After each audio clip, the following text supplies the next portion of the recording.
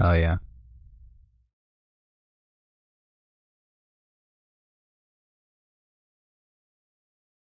Let me see if this works.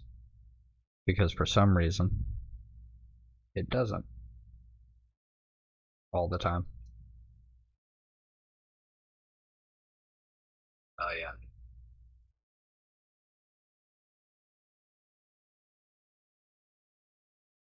So you could hear any of that. Okay, well,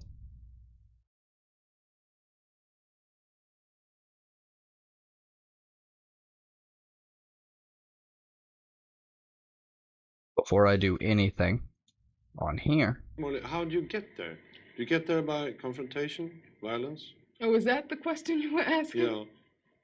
See, that's another thing. When you talk about a revolution, So let's, I'm just gonna back this up. Angela Davis is probably my favorite Marxist revolutionary that I've ever read about. And there's a few good reasons. I'm probably going to play a little bit of Angela Davis every day. But this one is like more of a focus.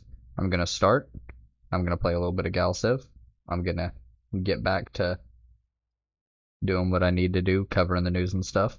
We're going to cover some more Angela Davis. We're going to go over her Wikipedia. And then to round out the stream, we've got Angela Davis on Black Lives Matter protests, Joe Biden versus Donald Trump, and communism. So we're going to start out here. I'm going to mute myself and then play the video, and we're just going to enjoy Angela Davis.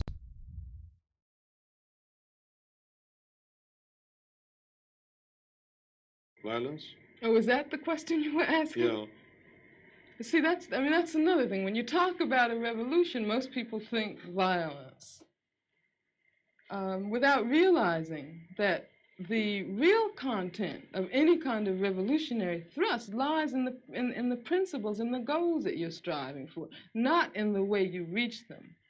On the other hand, uh, because of the way this society is organized, because of the violence that exists on the surface everywhere, you have to expect that there are going to be such explosions. You have to expect things like that as reactions. If you are a black person and live in the black community all your life and walk out on the street every day seeing white policemen surrounding you, when I was living in Los Angeles, for instance, long before the situation in LA ever occurred, I was constantly stopped. No, the police didn't know who I was, but I was a black woman. And I had a natural, and they, I suppose, thought that I might be a quote militant. And when you live under a situation like that constantly, uh, and then you ask me, whether I approve of violence. I mean, that just doesn't make any sense at all. Whether I approve of guns. I grew up in Birmingham, Alabama. Uh, some very, very good friends of mine were killed by bombs that were planted by racists. Uh, I remember from the time I was very small, I remember the sounds of bombs exploding across the street, our house shaking. I remember my father having to have guns at his disposal at all times because of the fact that at any moment we might expect to be attacked. The man who was at that time in complete control of the city government, his name was Bull Connor, would often get on the radio and make statements like, niggers have moved into a white neighborhood, we better expect some bloodshed tonight. And sure enough, there would be bloodshed. After the four young girls who lived, one of them lived next door to me. I was very good friends with the sister of another one. My sister was very good friends with all three of them. My mother taught one of them in her class. My mother, in fact, when the bombing occurred, one of the mothers of uh, one of the young girls called my mother and said, uh, can you take me down to the church to pick up Carol? We heard about the bombing, and I don't have my car. And they went down, and what did they find? They found limbs and heads strewn all over the place. And then after that, in my neighborhood, all of the men organized themselves into an armed patrol. They had to take their guns and patrol our community every night because they did not want that to happen again. I mean, that's why when someone asks me about violence, uh, I just uh, I just find it incredible. What it means is that the person who's asking that question has absolutely no idea what black people have gone through, what black people have experienced in this country since the time the first black person was kidnapped from the shores of Africa.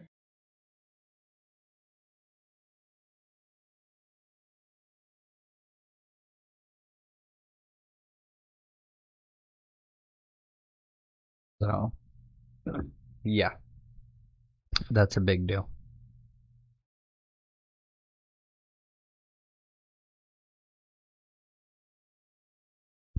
This country commits violence against people of color every day, and it's unacceptable. Fair treatment, and not fair treatment in the way that some people might interpret that, in that white people get the same treatment that black people currently get. Why don't why don't we just make it to where everybody gets the same treatment that rich white people currently get?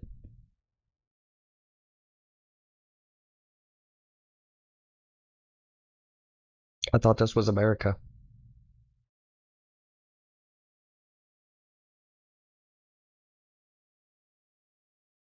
Now I have some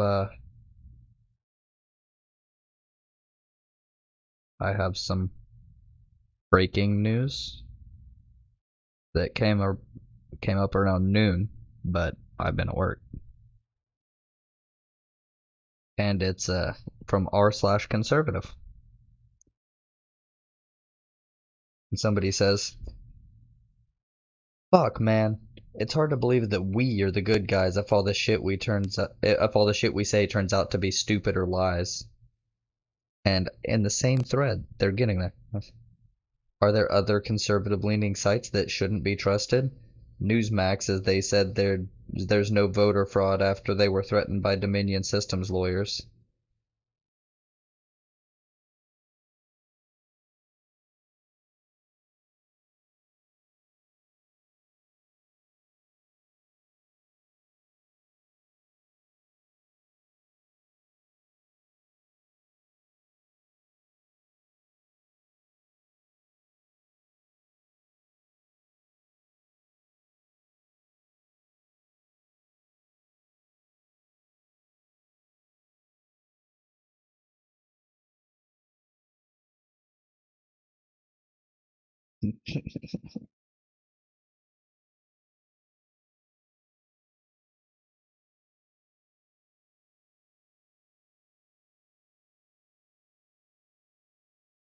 But yeah, they're starting to get there.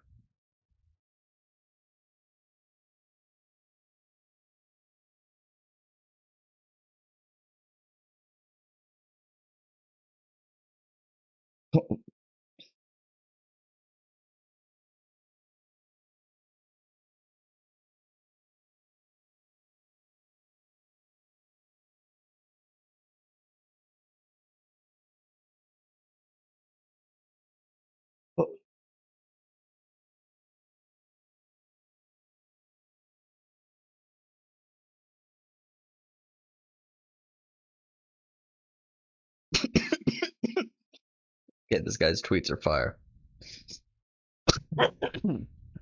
Excuse me.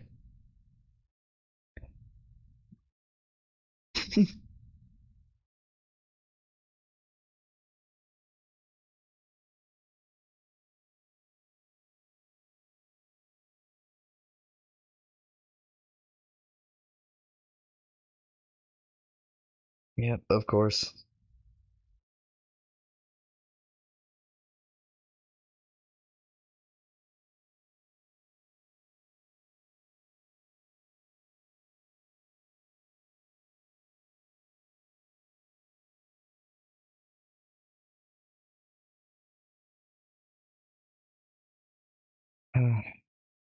I had to check some stuff.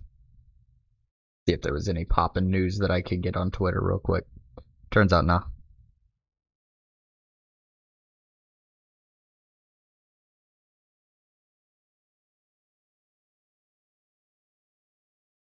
Because it was a bad, dumb strategy. That's why, Sam. That's essentially what you're gonna get to. It was a bad, dumb strategy. Tina Turner, more stuff. Okay, let's go ahead. While we're on it, I'm gonna just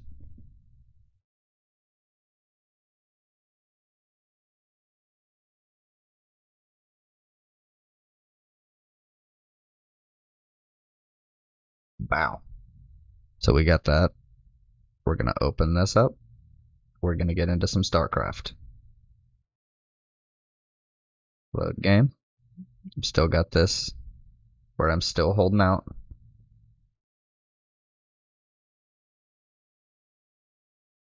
I shouldn't be, but I am. That's PBS NewsHour going live.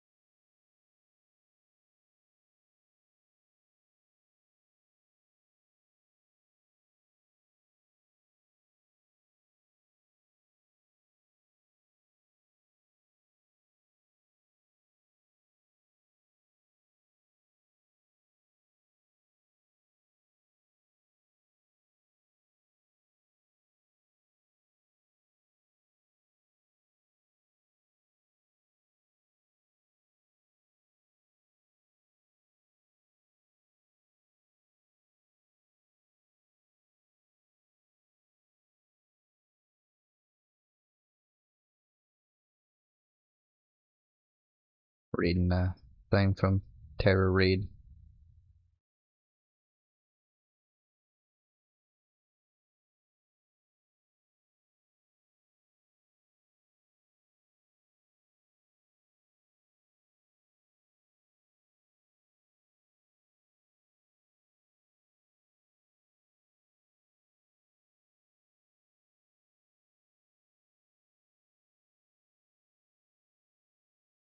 She's trying to shit on AOC.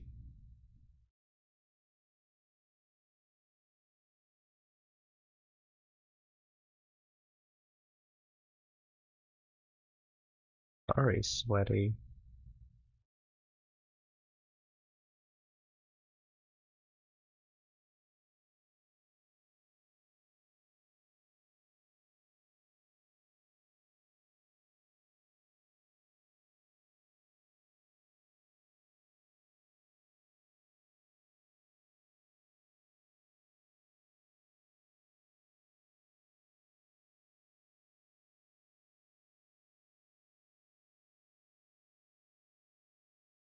Okay.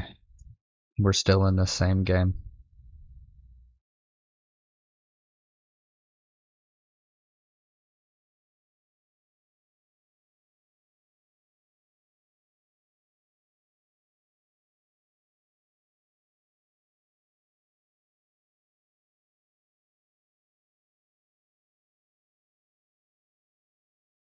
Alright, did that even do it?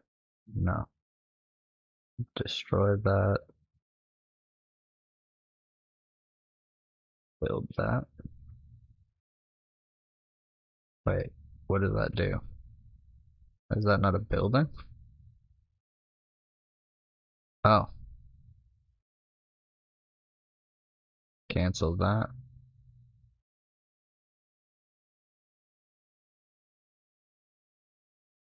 Build that. Turn.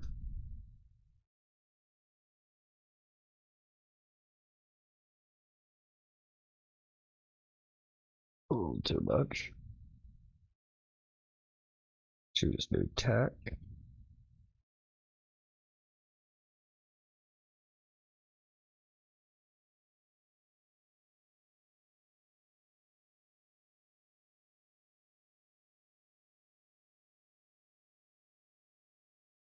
Guardian drones.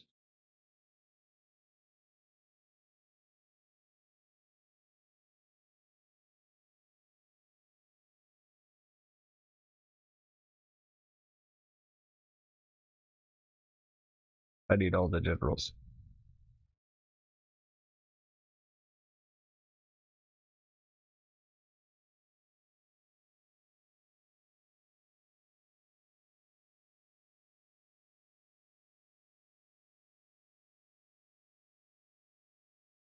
$16 legions here.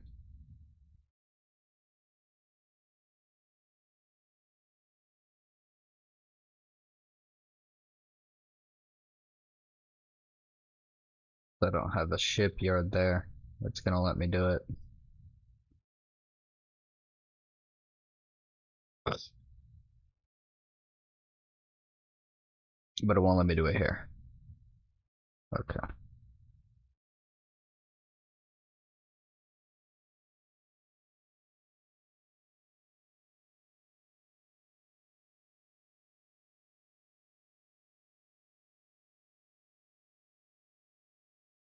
I'm just eliminating them.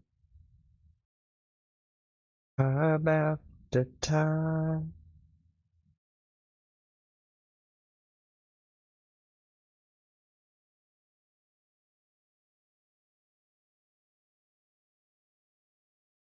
Get ruined.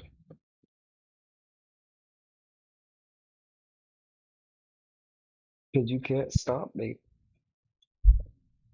You can't do it.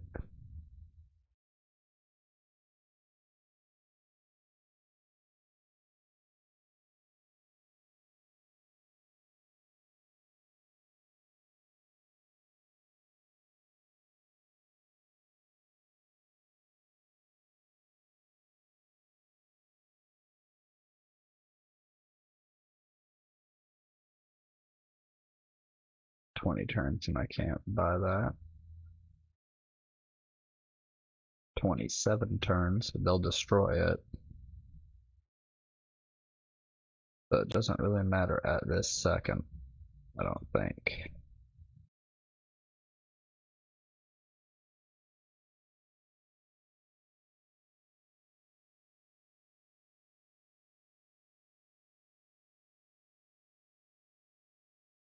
Yeah, they're gonna blow that shit up. Yep, of course they are.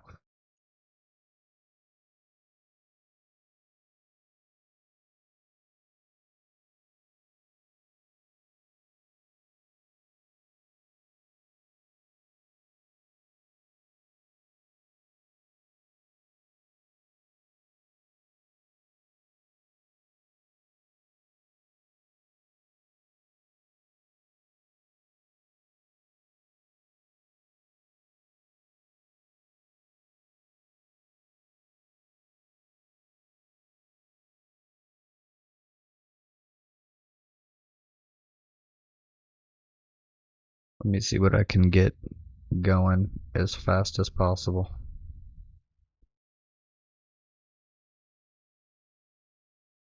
Let's see.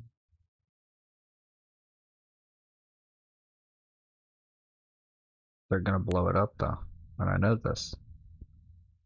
Yeah, see? But if I just keep doing it. Oh, I did it! I blew it up. Get out of here.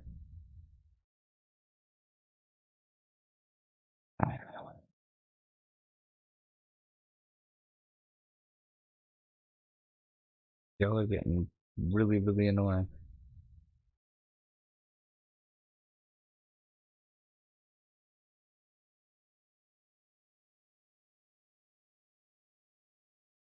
I don't like being mean to them.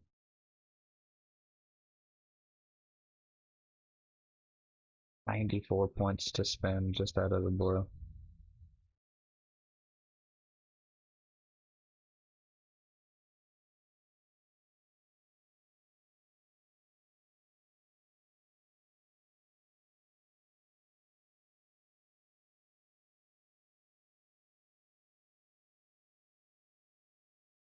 Yeah, they're just coming to wreck me.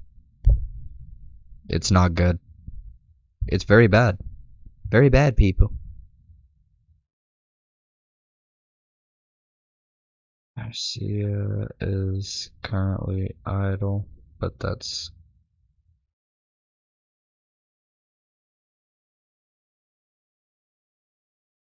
done. Idle colony.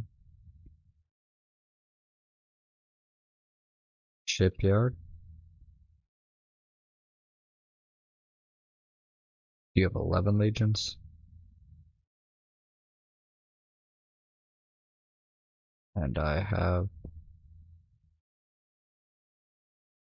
24 available.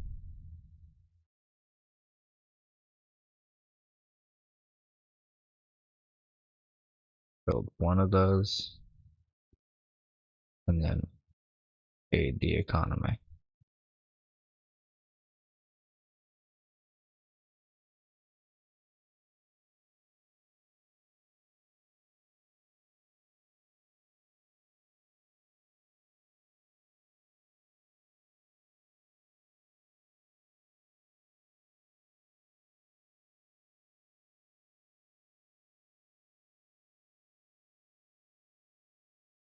No.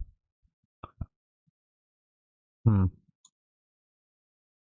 Oh yeah, because we're at war. So whatever I choose, he's gonna vote.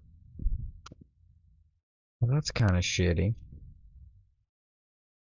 I need to see what I'm working with here.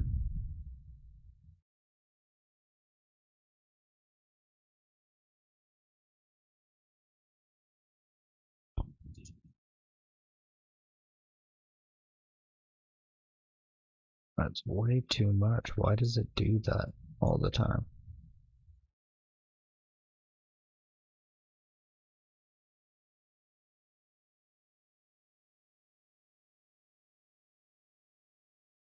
I do 12% taxes and I'm making that much money? Come on now. I'm maxed out on resistance, research, which I need to cut back on now and actually beef up my fleet strength.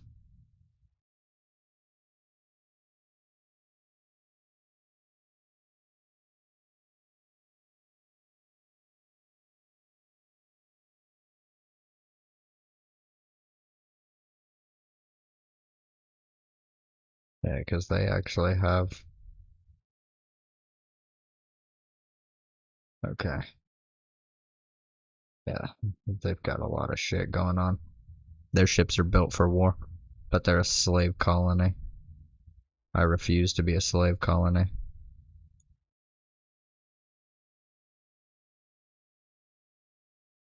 I did it. And I'm gonna lose to that, but not much I can do about the Iconians.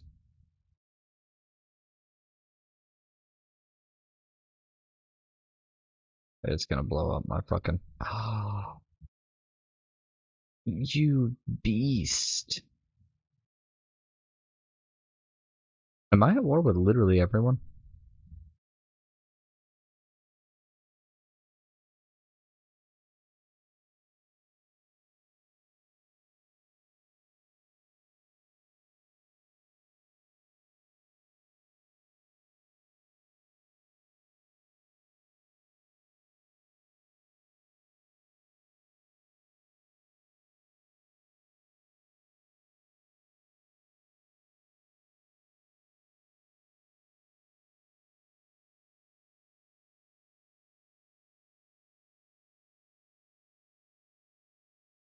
Shit.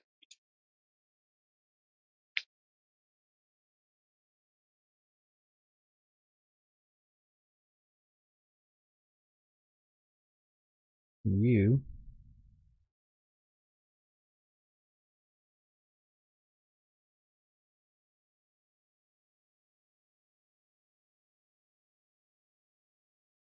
Go here.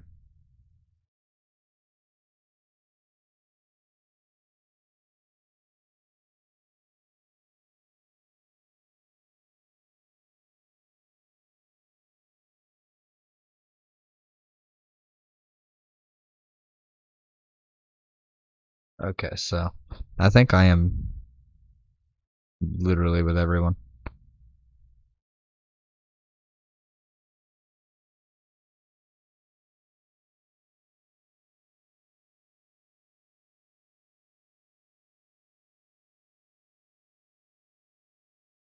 The Brainiac.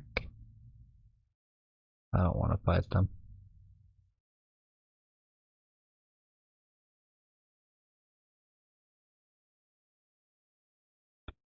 Let's get you into there for now.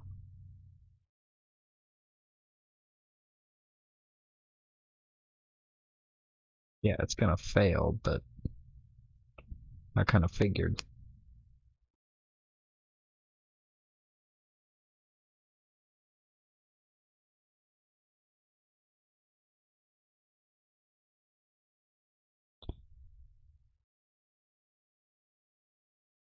I need to be able to find a way to build ships really, really, really, really, really fast.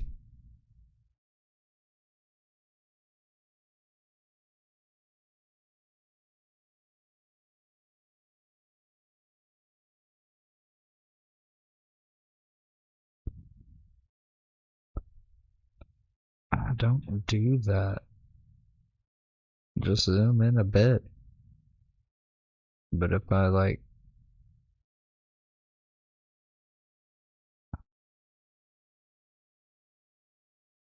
yeah, if I hit the scroll wheel a little off, then it's all bad. Then it's all bad. Okay. Um,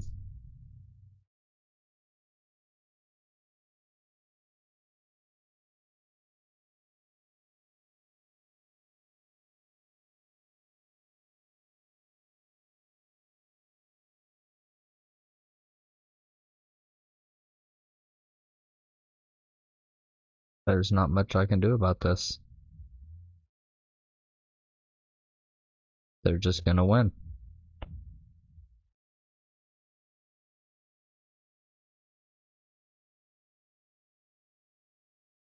Can I attack the Ascension Crystal? No.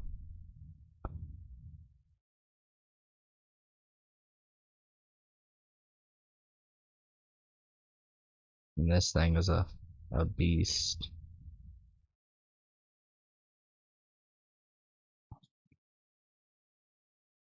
You don't have anything.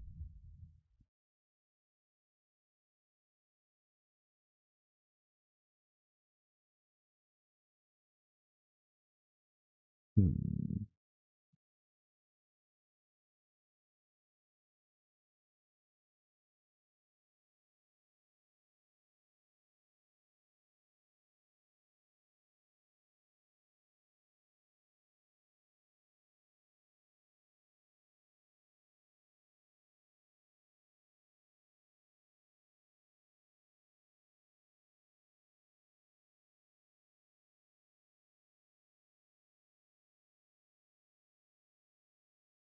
I'm gonna blow up the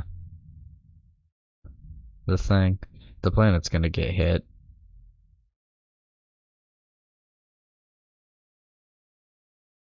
with the 3-ship defense there.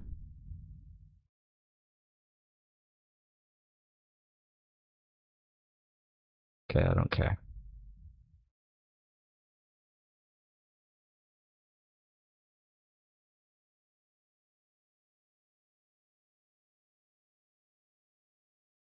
They're happy as can be.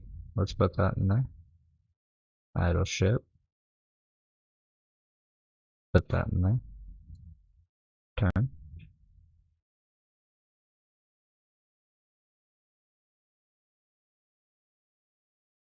The planet's just gonna get fucking bombarded.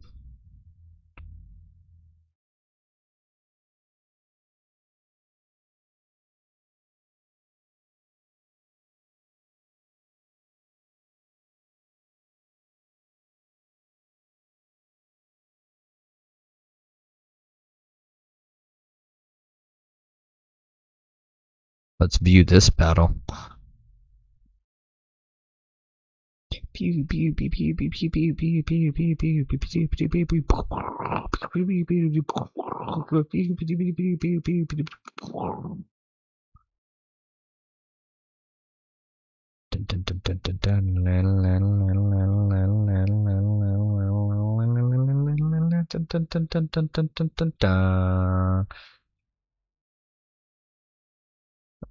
Alright, this is very slow.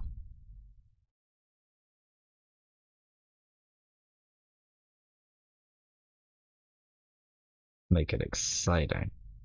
5 times speed. Yeah.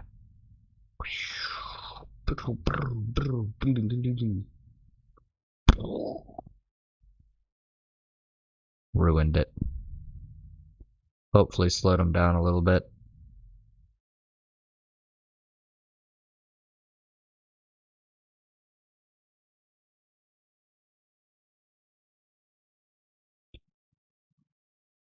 Alright, so I know what to do here.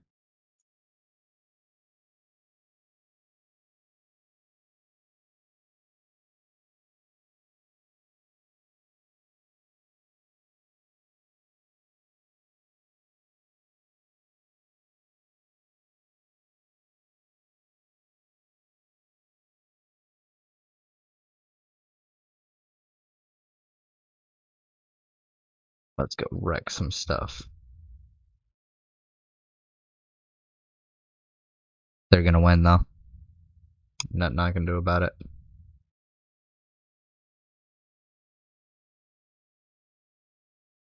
Oh.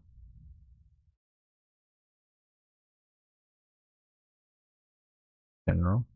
Add citizen. General. Add citizen.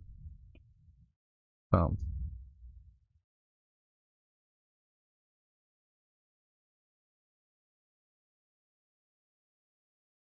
General.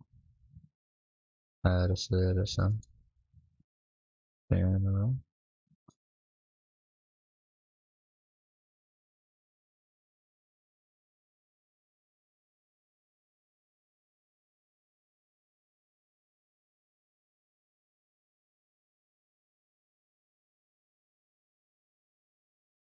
Alright. If I put them all back into the shipyard, I think we're good. Get ruined.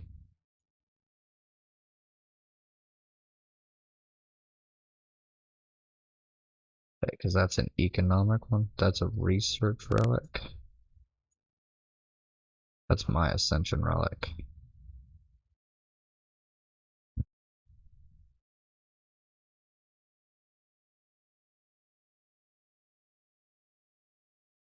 So let me go ruin this.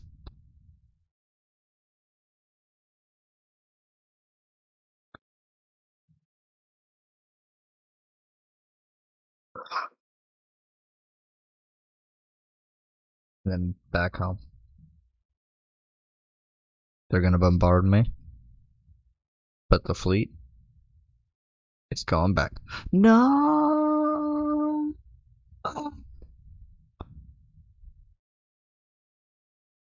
Game over.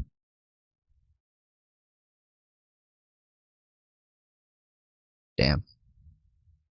Hey, I held out all the way to the end. Every other time, I mean, okay, the last time, or the only time I've won, the the Terran Alliance literally just killed everyone, and I just happened to be allied with them.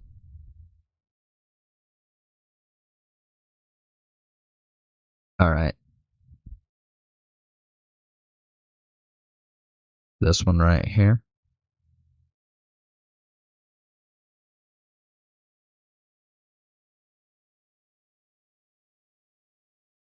The tanky. Traits. Pretty productive. Actually, they're really productive.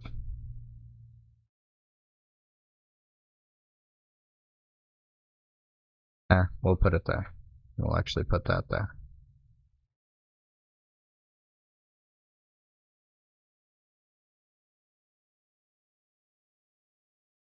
They're super economic. Content. Yeah. What can I remove? We'll remove the likable.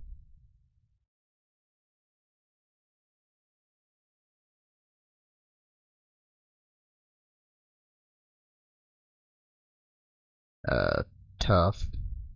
10%.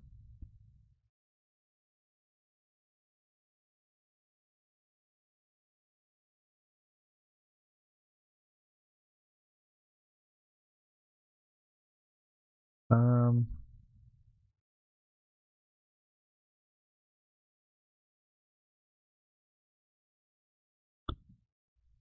but we still gotta take one down. We just won't have a morale boost.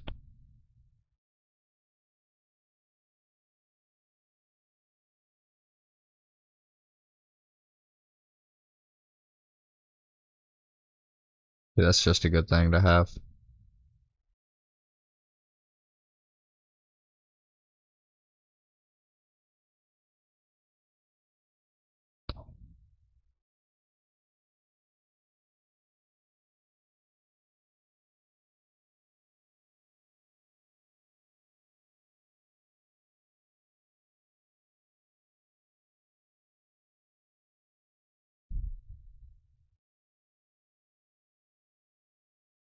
Yeah, because we need credits. We actually need to be like very good at building. Modify the rate that they produce ships.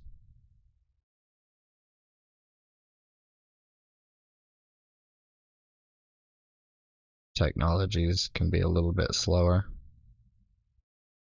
because they get a free research.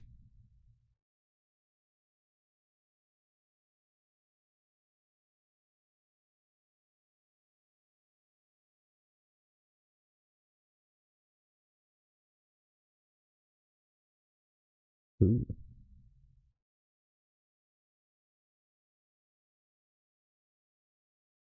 What? Okay.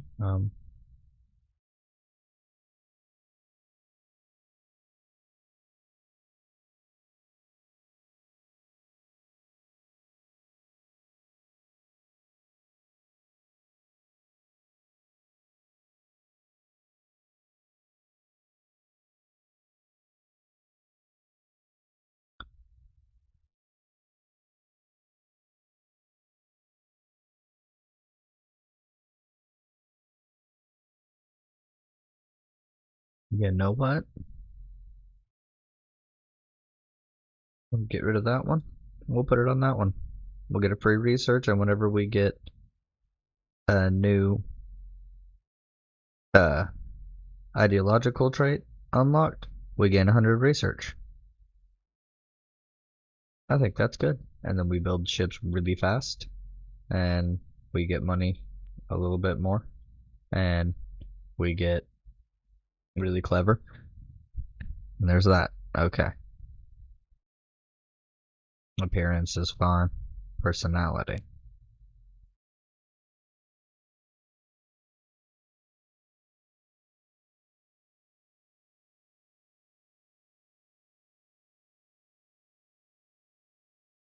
Okay.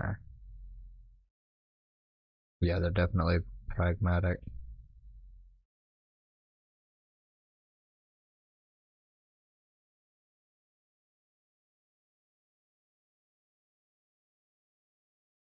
Diplomacy's third. Ship construction and planetary defense first.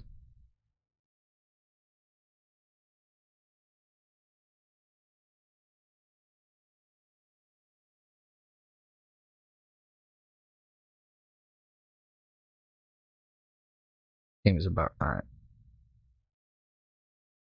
Let me put that, and then that, and there we go.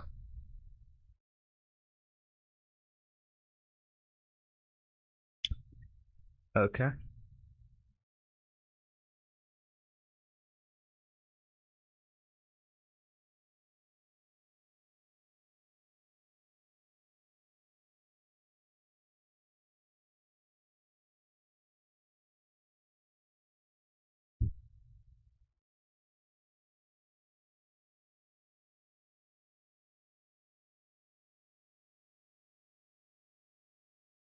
Opportunistic, sure.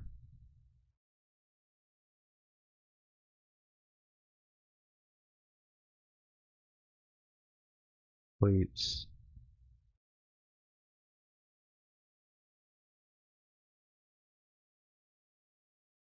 Don't care. Who is my civilization? The Tanky.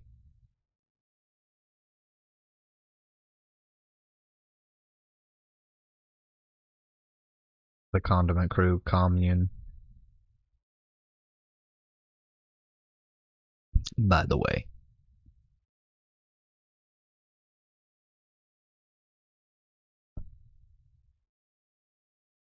I don't really want to conquer. It's just not in me.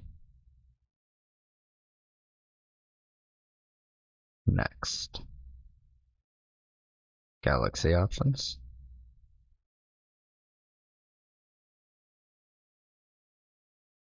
Ascension crystals, uncommon.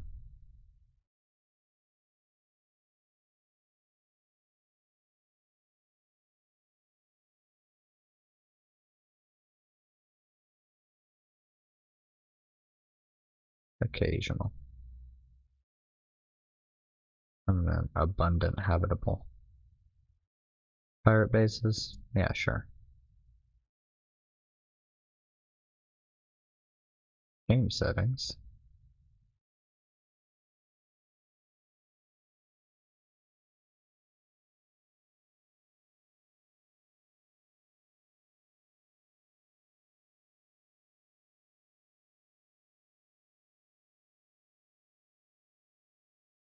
Intrigue.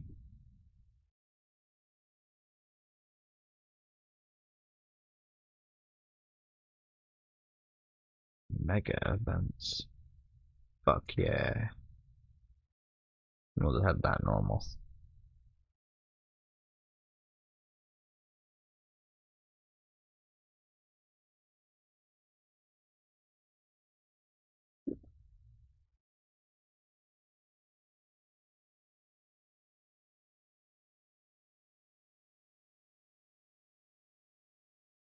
Me.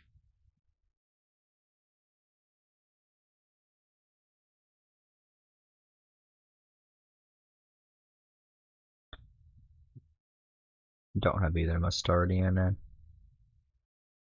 You know what? I think this is my original one.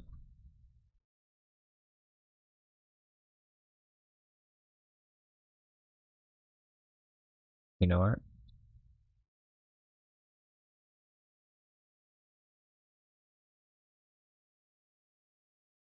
Yeah.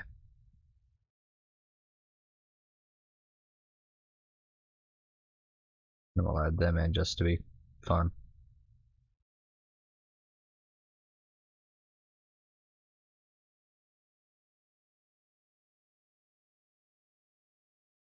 Hmm. You know what? No. We're gonna have them be normal. They're gonna be with me. And then, because I want this to be interesting, let's have, they're usually pragmatic, diplomatic trainer, greedy traders. So they work together. The Terran Alliance will work.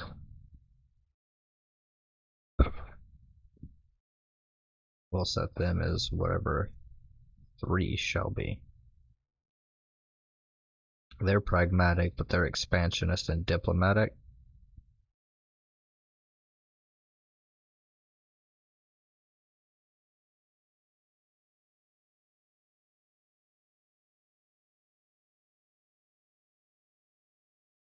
The 3.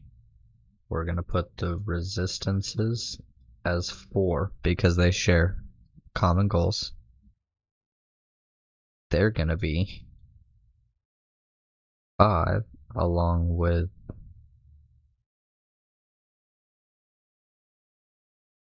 oh wait.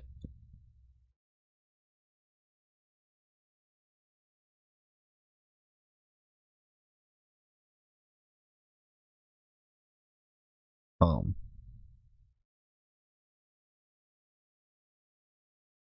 yeah. The Iconians are going to be paired up with the fours.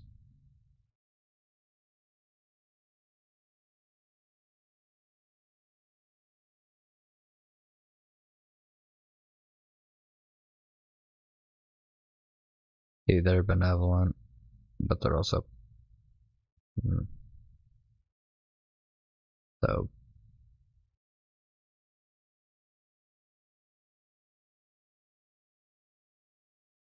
6, 6,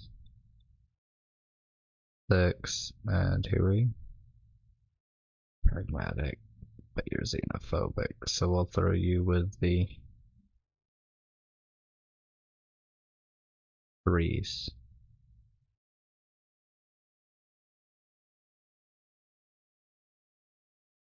right?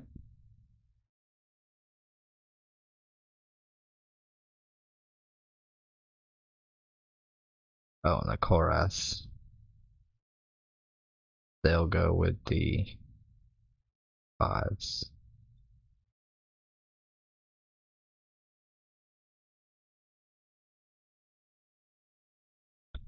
No.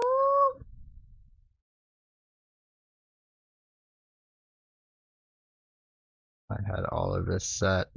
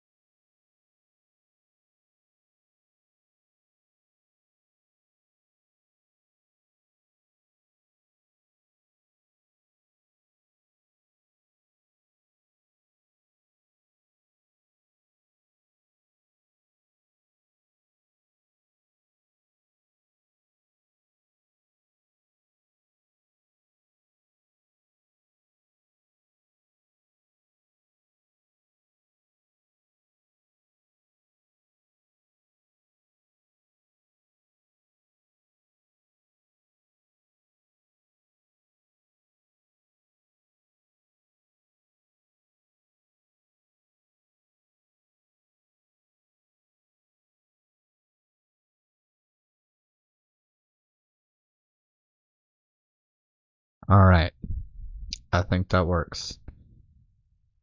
Everybody has some partners. The biggest group is the evil, malevolent ones.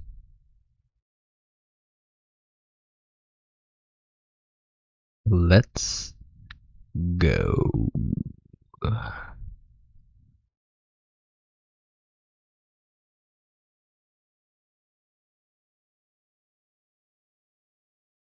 This will take a few streams to actually do. Because we gotta be diplomatic and strategic and smart. Which I am not.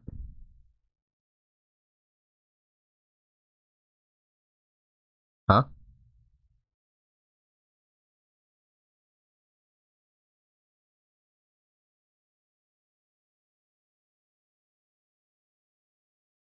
What happened?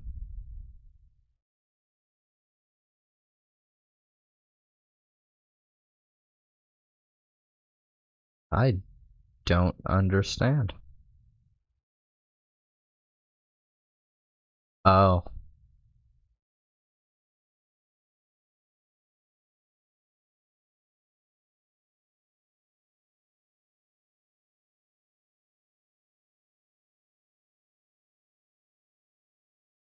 Okay.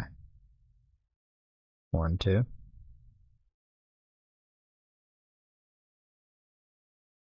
1, 2. 1, 2. 1, 2. Okay. Oh, wait. 1, 2. 1, 2, 3. 1, 2, 3. 1, 2, 3.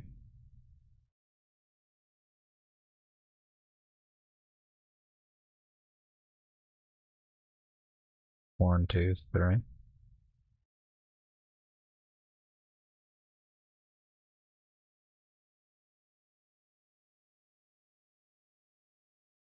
1, 2. 1, 2, 3, 4. 1, 2, 3, 4.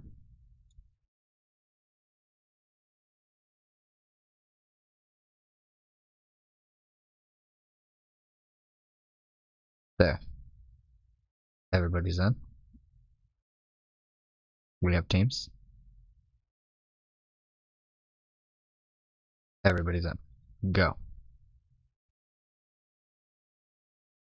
Oh, wait. Oops. I didn't set up the rest of the game. Oh well. Fuck it. This is gonna take a little while. As it stands, I'm gonna let the game get set up. It's gonna load. Hopefully. Hopefully it loads.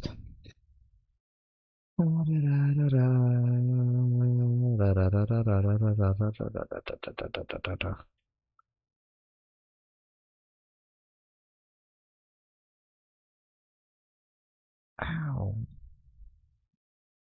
Dun, dun, dun, dun.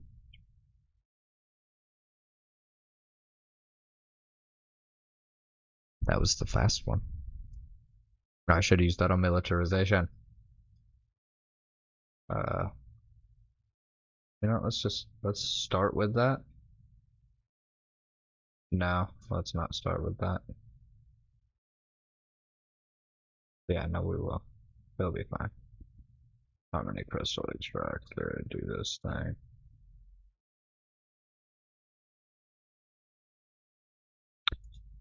Gotta do all the things.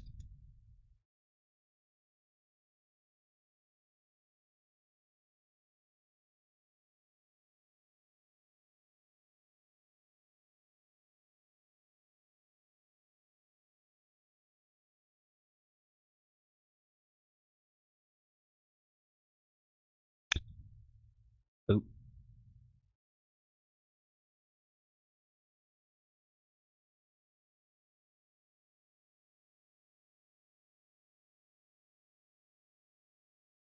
Throw on the mining rig. Boom. Done.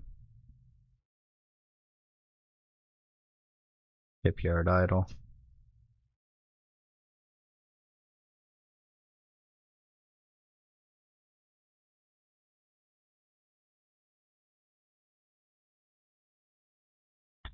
Give me one of those. Okay. Takes a lot to rush that. I don't care. We're gonna play the first. Oh yeah, I got Durantium. See? What do you know? That's good.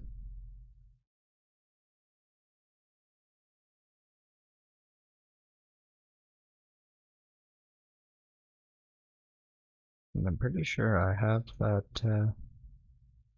technology, right? Did I start with?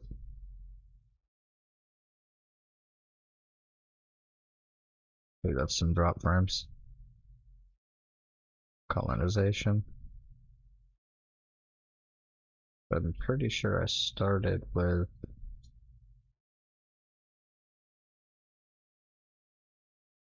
extreme colonization as something that was available.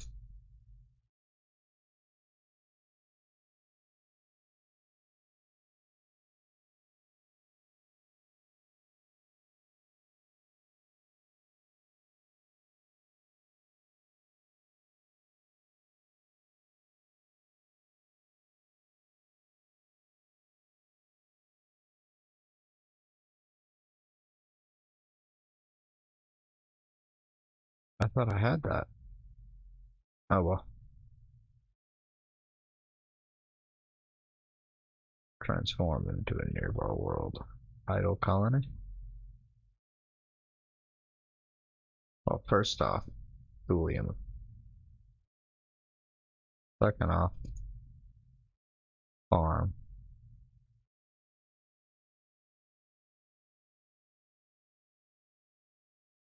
Third off, administration center, supply depot, and then data center. Shipyard idle. Make a constructor. How much does it take to rush one? 1,000. You know what? If I build that one and then I rush that one,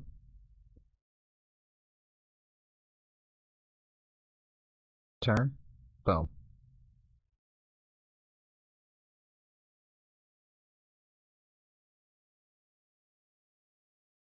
Okay.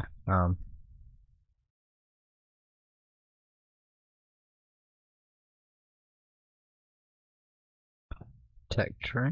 Alright, well, I want to start here.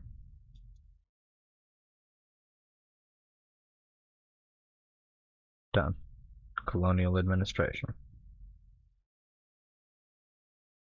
You go over here. Shipyard idle.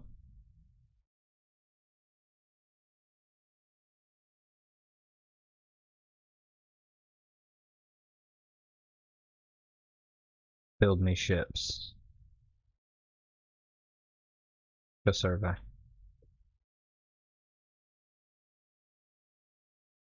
Oh, my people are pissed.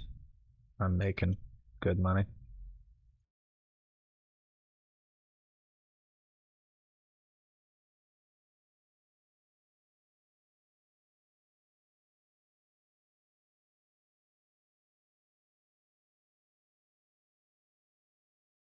Why are you mad?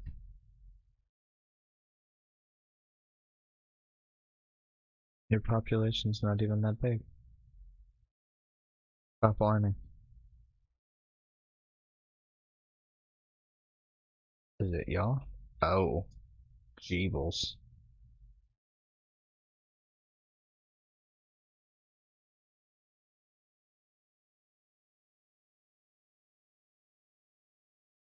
.7 out of 3. Okay, so we need to get some people off of there.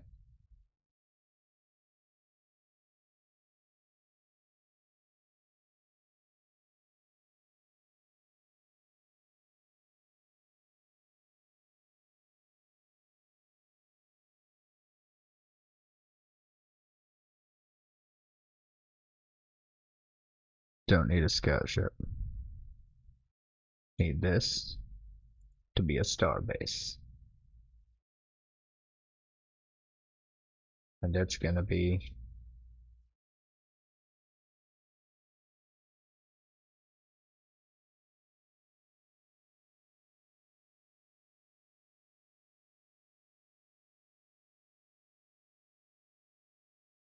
well, it's gonna have a star-based defense system. Because it has to. And if I put that on it, it beeps everything up +1.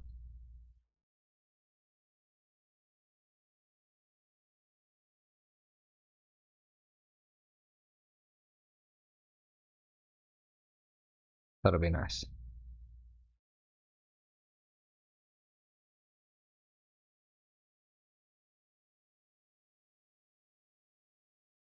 Use new tech.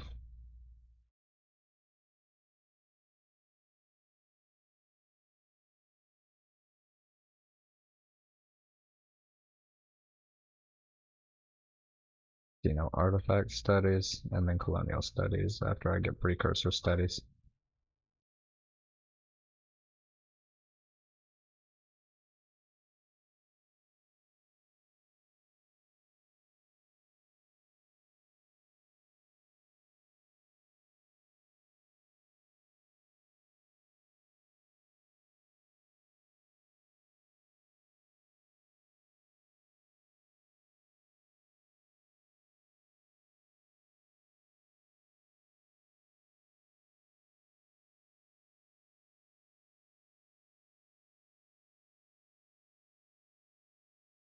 I need to make a colony ship and move some people off of here so that they're not unhappy, and move them to here so they're more happy.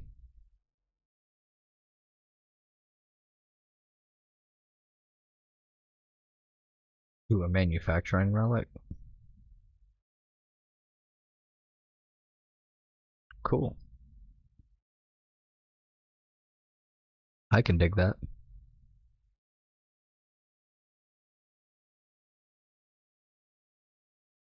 I got my first citizen. Jotunheim. Jotunheim. You have the most important job of them all. You have to be an administrator. So that I can have an idle ship that I can bring over here.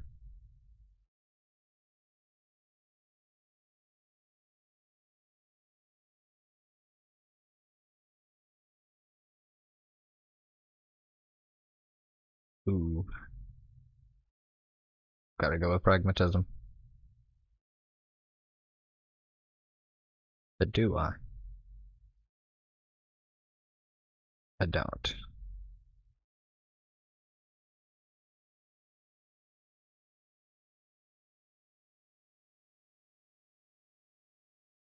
Well, it's good for at the moment. You go to here. And in the meantime,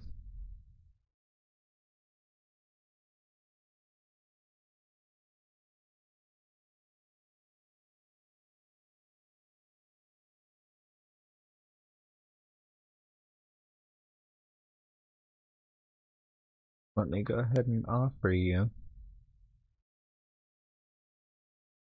a small amount of credits. Boom. Now I have espionage.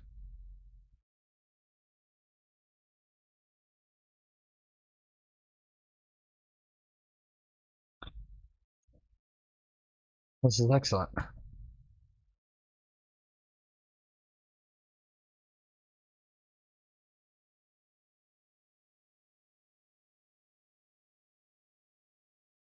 Look at all my friends. Wow, are they already sending out? They already have freighters and stuff they're sending out? Oh god. Okay, so I need to send a freighter to them.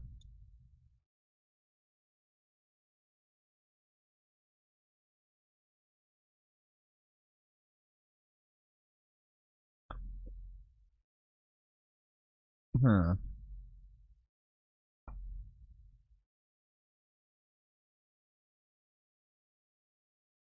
You know what? We're gonna go more malevolent with this one.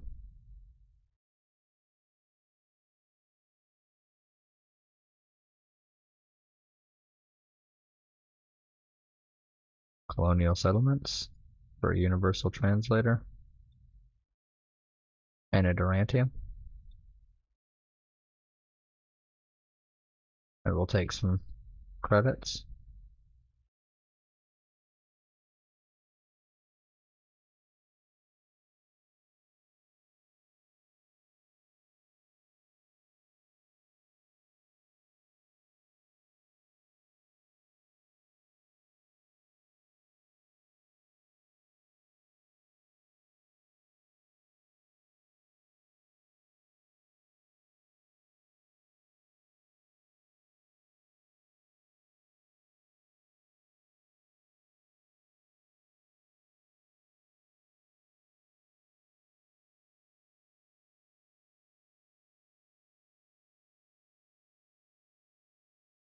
Okay, cool.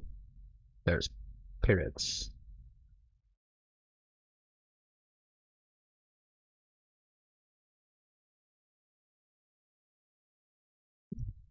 Hmm. Ow.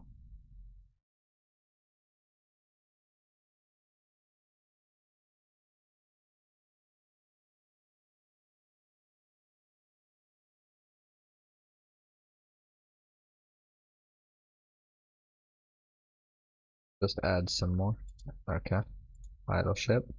Colony ship.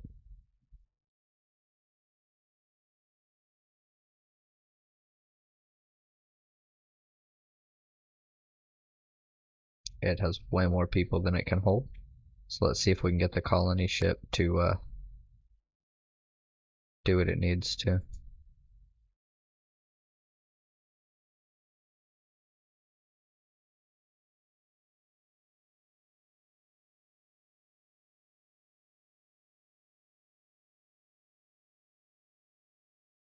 Okay.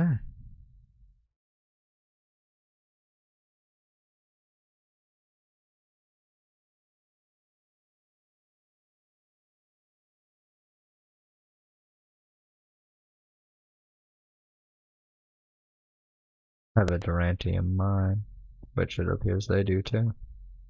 But I also have a lot of crap. Nope. Okay.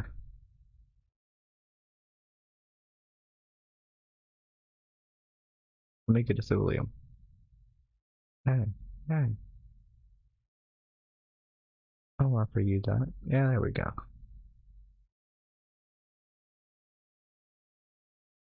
Oh, wait. Chat. Hello, if there's anybody there. I'm sorry, I forgot to pull that back up. Oh my god. I don't know who you are. Okay. So now we've got the manufacturing and the culture out to here.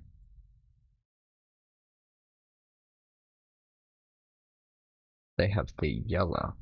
Wow, they are.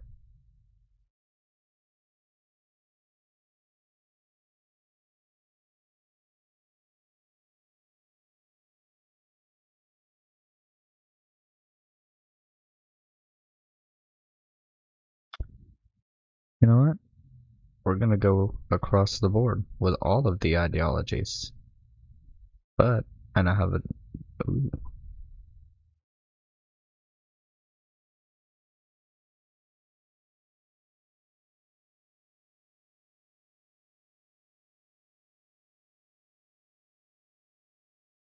See, that seems good. I'm going with that this time. I always go with the other one. Always. Every time.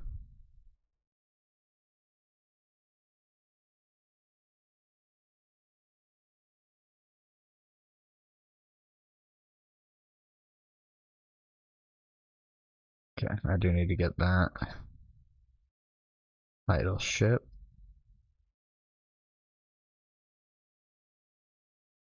Go to the planet.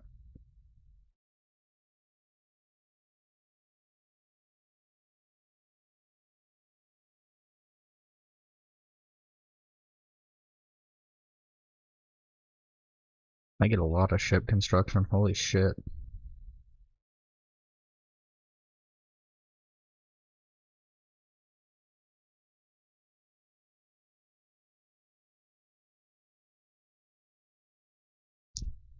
Alright, well. What I need to do is what I'm working on doing.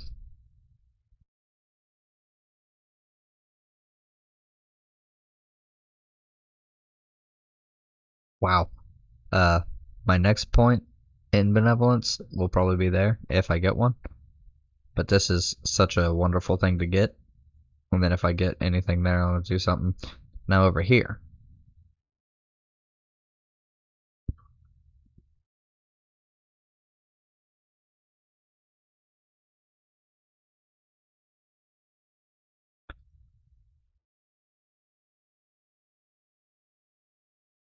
Yeah, this would be the malevolent one that I go for.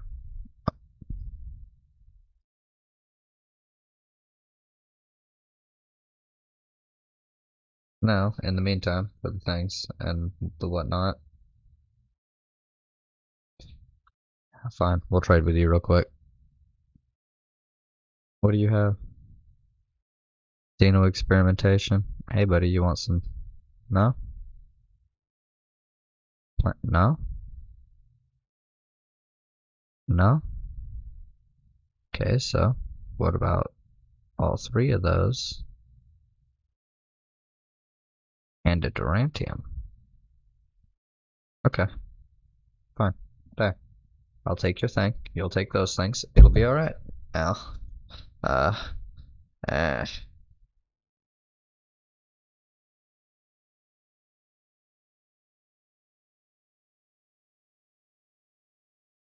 Because I need to get through these.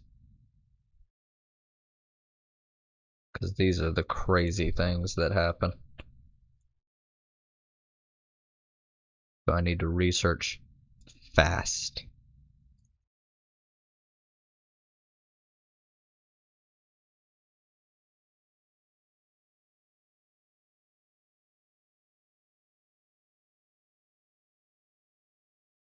I can actually stand to eat much more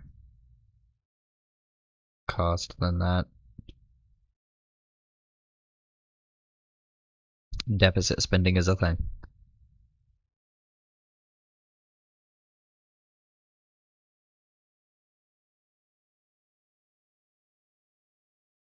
Every time, too. Every time.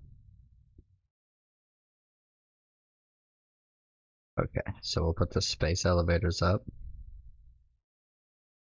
Ooh, you really like that. Okay. Really? And then spatial manipulation? What if I put xenoarchaea? Okay. Ministry of Alien Affairs for xenoarchaea. Wow. Hey, here you go, buddy. Doing open borders. And I'll take like 160 of your credits.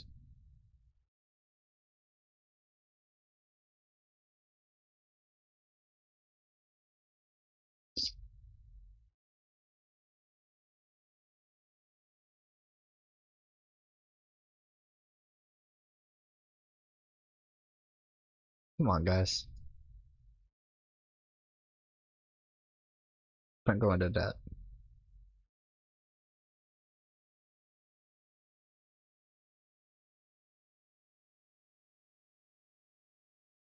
Nah, here. You go ahead. And you guys. Y'all are solid.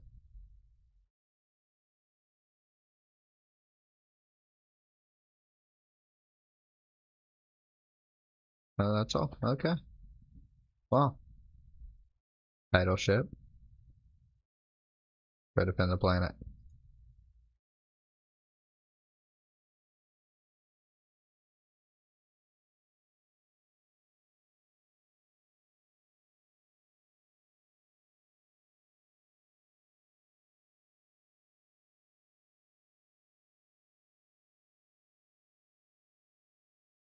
Okay, so we're just gonna have a whole bunch of trading going on, huh? You don't have anything. Um, here, take an open borders thing. You have 6 colonies and nothing? I didn't think so.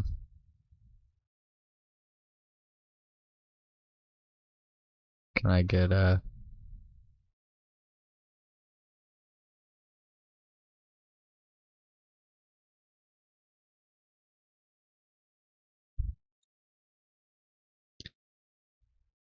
I bet you do. We'll take your ship.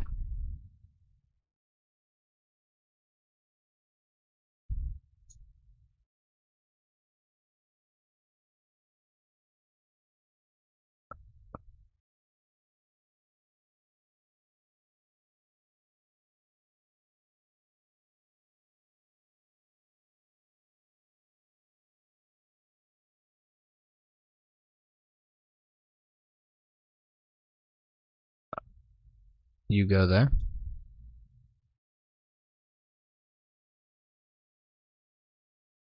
Oh, that's their freighter, not mine. Okay, turn.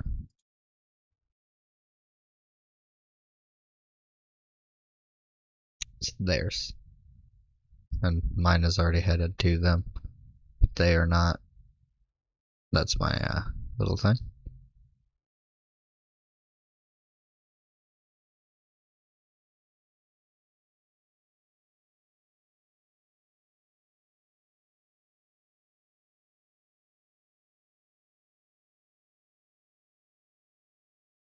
No. The benevolent ideology just hits me too hard. But I'm not gonna hold back if I think there's a smart ideology there.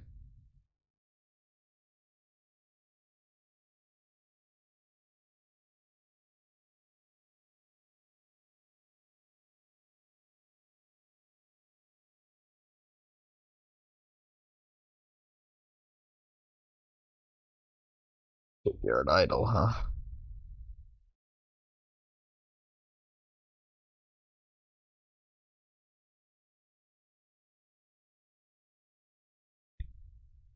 I just traded for somebody's trade ship.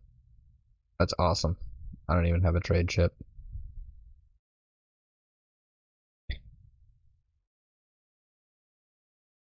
Well, it's probably a good idea.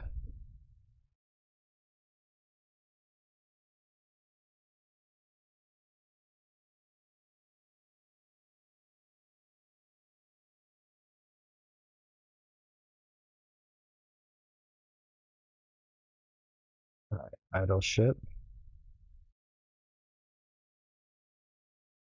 Get where you belong. Oh,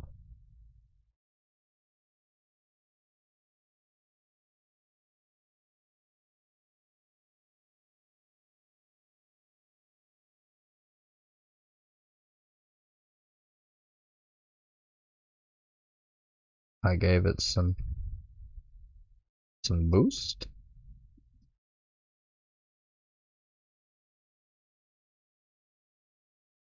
From the Destiny's going there. Idle ship. I guess come hang out here. So, what I'm going to do is take a quick break because I need to stand up and move around. I hope you guys understand. And then after that, we get to do the fun.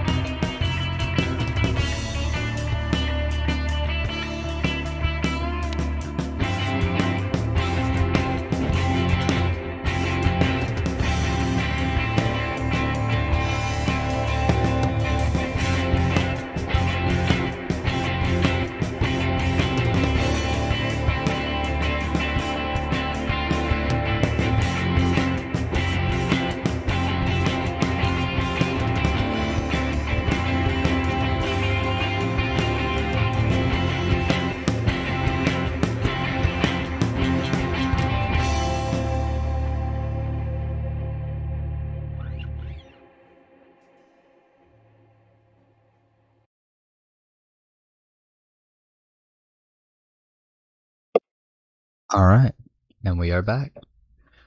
We've got people doing the stuff and the things, and I am also doing this stuff and the things. Trade with me, Hithisius. I don't care about your ships. I do care about your defense systems. I'll give you that. And interstellar travel. And space elevators. And you will give me one of your 3 Promethean. And I will give you open borders. Huh? Okay, well. I think like that's a fair offer then.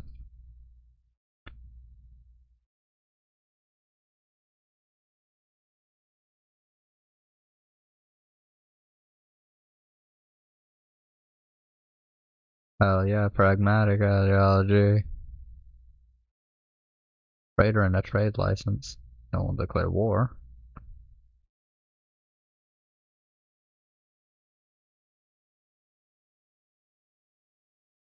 Get the buildings. Always get the buildings. So Serene Homeworld can actually get a preparedness center. Build. But put it there. Done. Idle ship.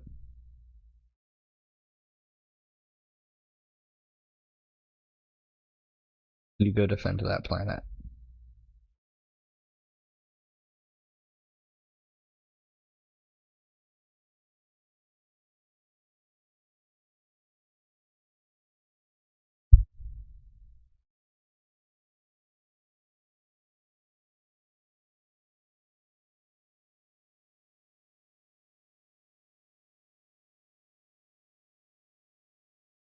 Want to make sure doesn't loud like me striking a lighter gets through on the stream. So something I'm gonna need to do was turn that off so I can't actually hear myself now. And there we go. So I think if I hit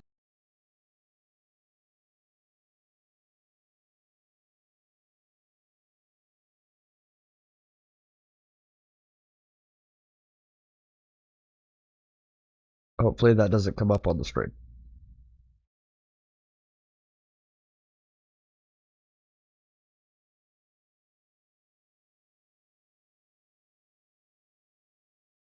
Give us your orbital manufacturing. We'll give you this.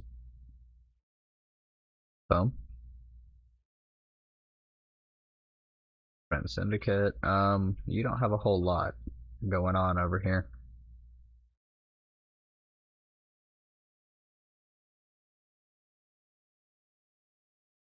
You know what? Let's give you 41 and we'll pretty much quadruple your shit and I'll still be rich.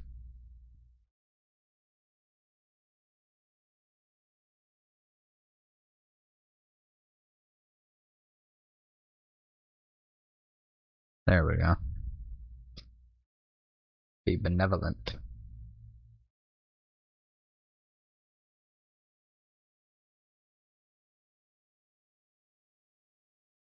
Let's make some charades. Advanced engineering, and we'll give you planetology. And that. How do you respond to that? No? Okay, well, how about Xeno manufacturing and Xeno commerce? And if I toss a thulium at you, that's what I thought.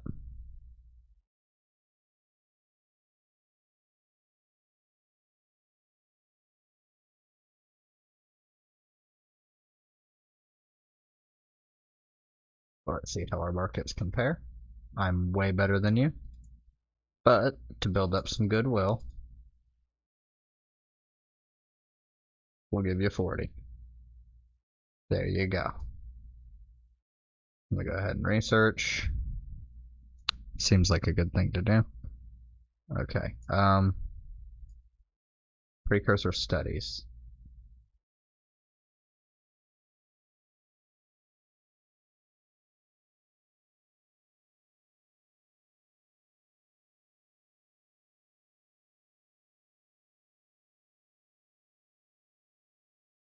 And then my next technology is probably going to have to be more militant, just so I can start working on defending myself, because, you know, I'm a tanky in this run. I'm trying different political strategies in Galciv.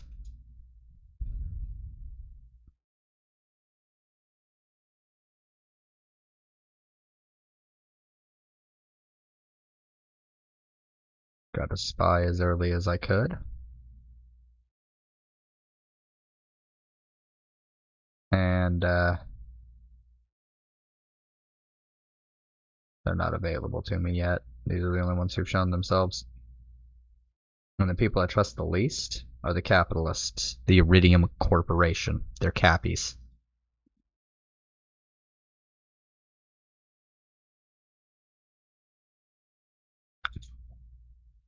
Oh wait, I don't have a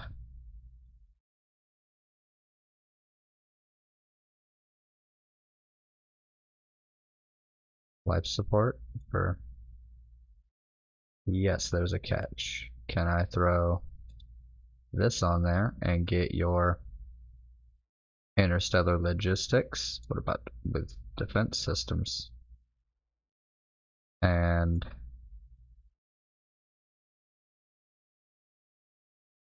oh, come on, buddy.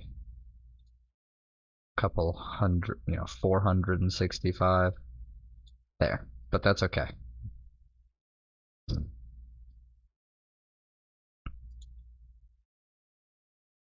Wait, hold on, what? Interstellar logistics is enough? Okay, what about colonial engineering? Can I throw xenoarchaeology and xenomanufacturing at you? And maybe a xeno... Yep.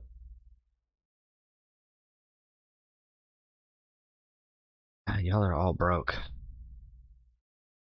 Advanced engineering, interstellar logistics, colonial engineering.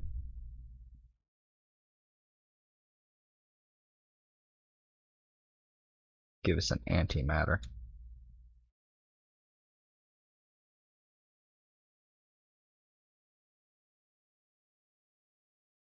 Okay. The Taurian regime is the one that I trust the absolute least, okay? I don't trust him at all. Not a single bit.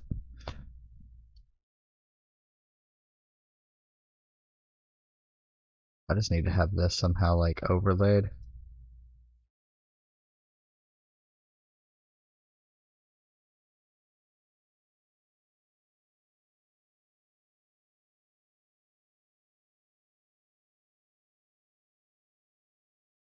Hmm.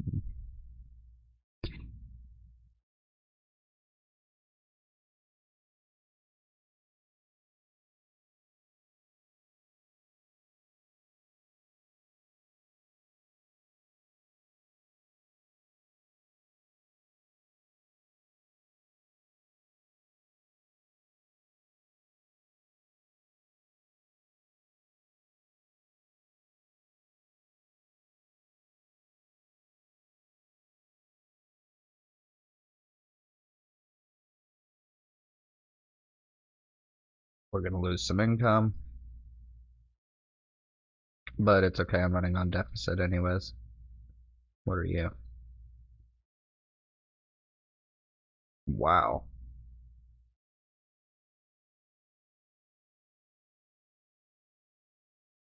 Ideology.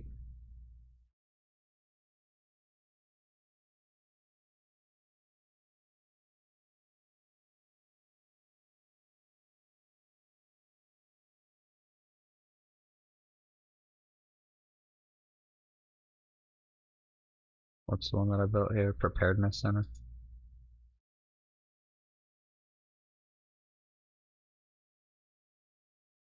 The Elevation Foundation achievement. Let's go with that one.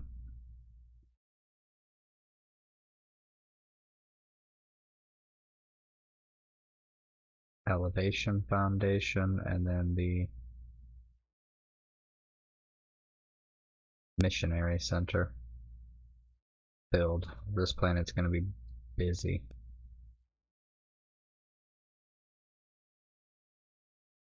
This one is Hmm.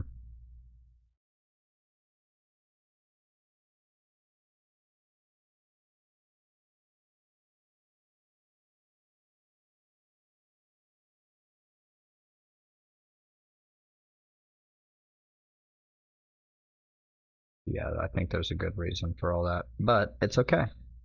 Missionary Center,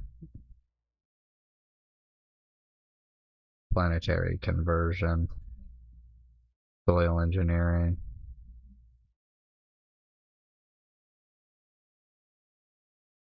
Done. I have nothing.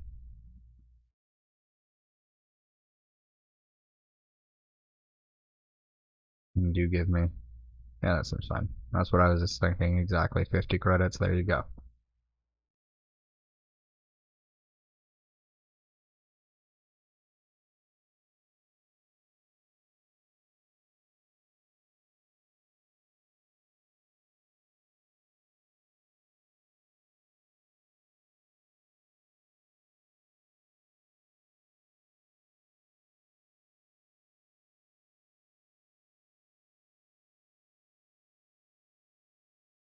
Hey, just a free 175 credits. I'll take it. I'll take it.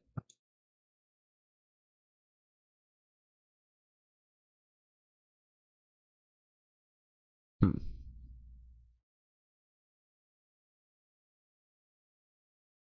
And I got my ships doing what they need to do. You know what I mean?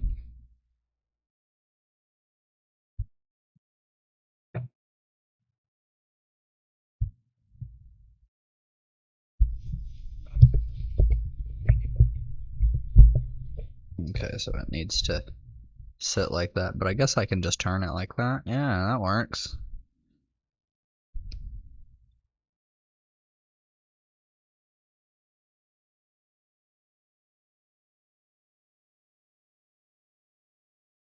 Hey, I'm mostly pragmatic, aren't I?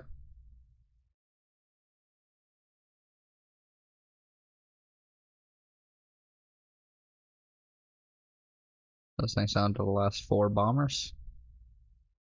And can start building me some defenders.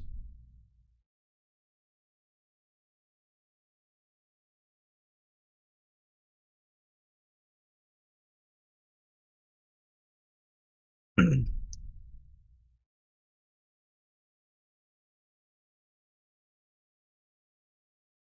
don't know if I even have any trade things, but that's okay.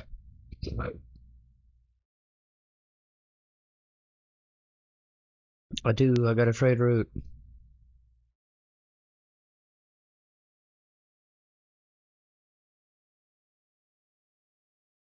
No, I don't lose all that much money.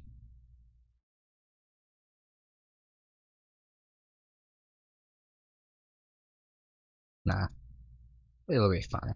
Y'all do what you do.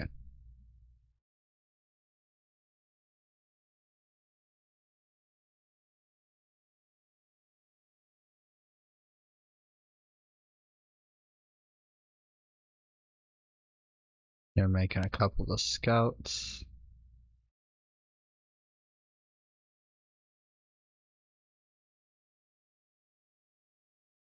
Yeah, you're gonna be my.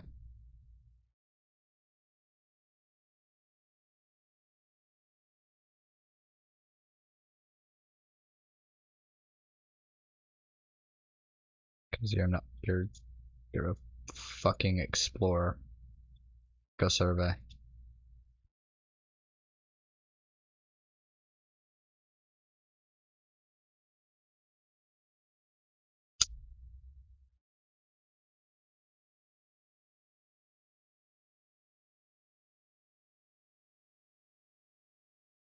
Oh yay, pirates! Yay! My favorite.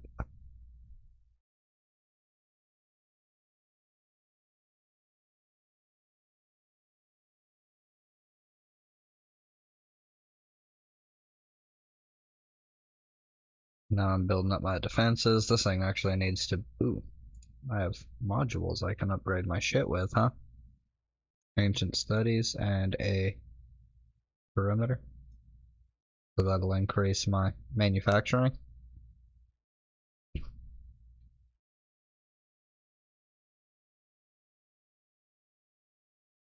Get me more spy. If I have spies on people, the more spies you have on somebody, the better. In this case, this is tanky mode. Starbase economy. And then when I get more, I'm going to have to build another factory. But I need to not lose so much cash flow. But I could afford to lose more if I really wanted to. Like, for example,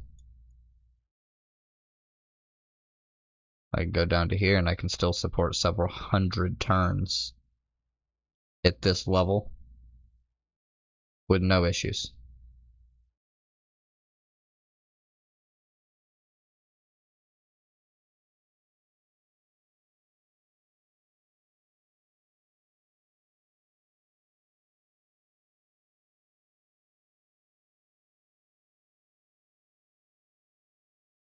We need to get more stuff on that. No.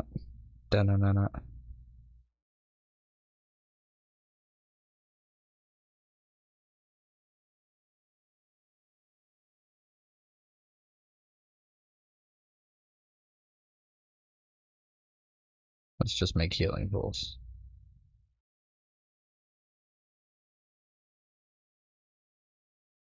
I don't know what you're talking about. Wet ships.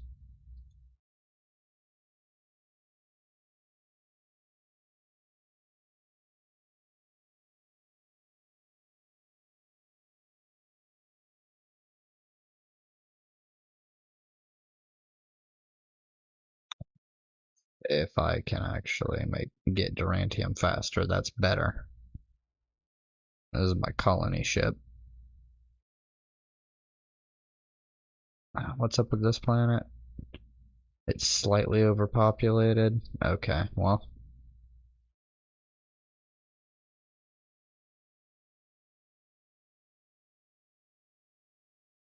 What's their cargo ship? Or colony ship? Okay.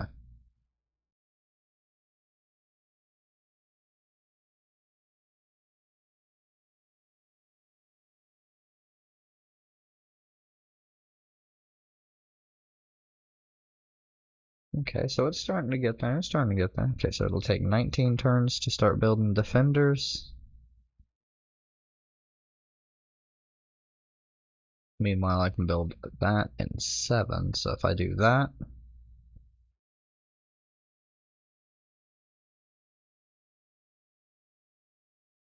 then I build some of those, and then toss in a couple defenders at the end just to be sure. Then I come back here. 2 ships defending, 5 ships defending. This one has 1 ship defending. You have 1 ship. You have 2 ships. You don't have a. You don't have a shipyard outside of you. This has no ships defending, but that's okay. So trade offer.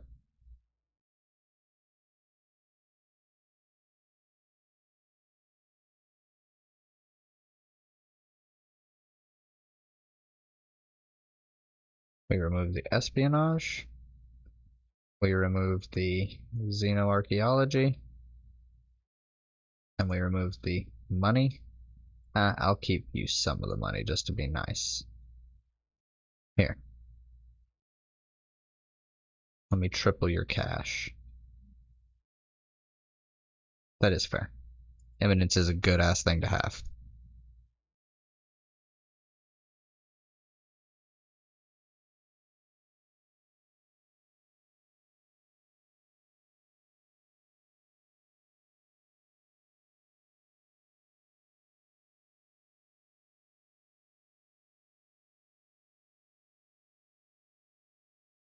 Okay, now that's starting to be a sieve of money. Try and keep them in the 70 range.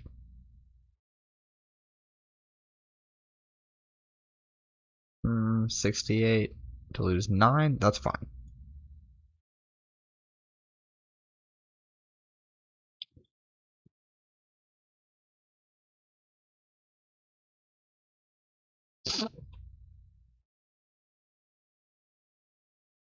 Oh man, moon rock takes forever to burn out.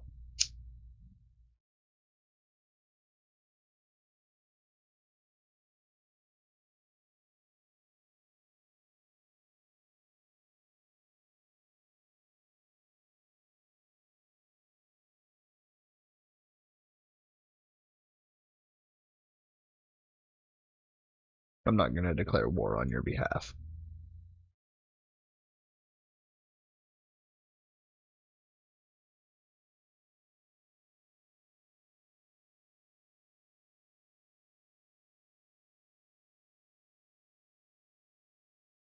Don't blow me up, Mr. TCS vessel. I'm just exploring the area. Oh no, Mrs. TCS vessel was coming over to blow me up.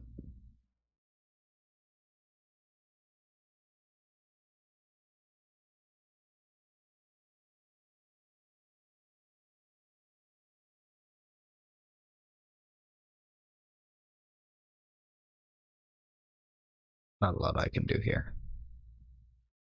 We just keep mining the Durantium.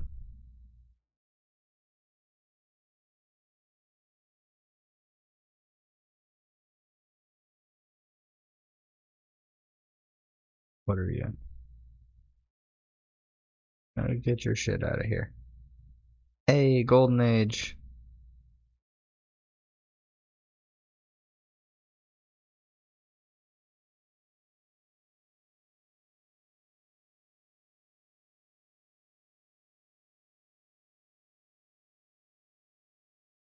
That's Ascension Crystal. That's...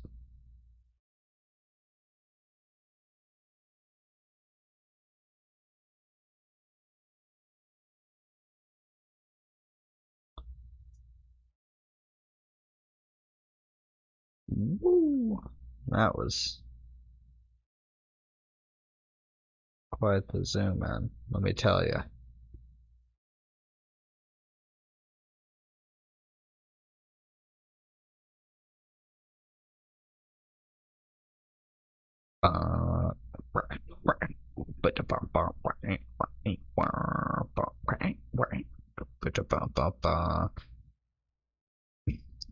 I have no idea what I'm even going to be doing overall. In this particular game, I might be attacking people, I might not be, I don't know. Requires Xeno adaptation. Let me see. Okay, so I need that.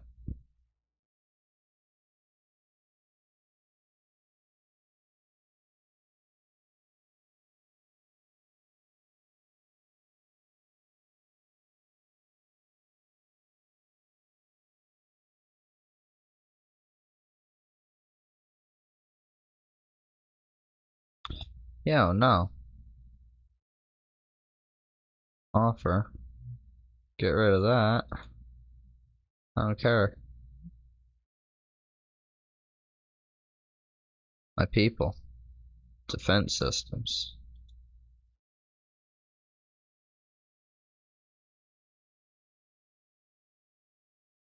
Give me more spies. I can build up generals a little bit later.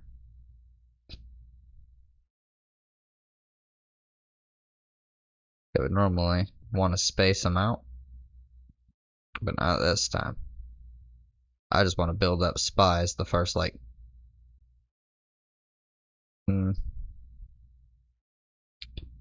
maybe 10% of the game.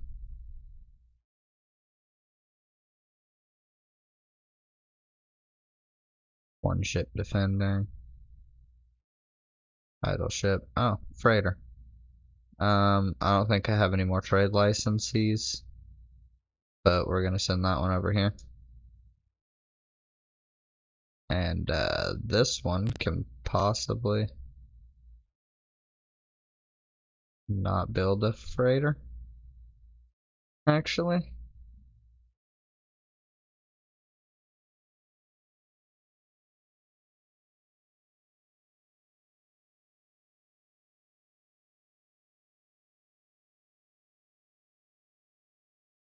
Yeah, you just start working yourself on that.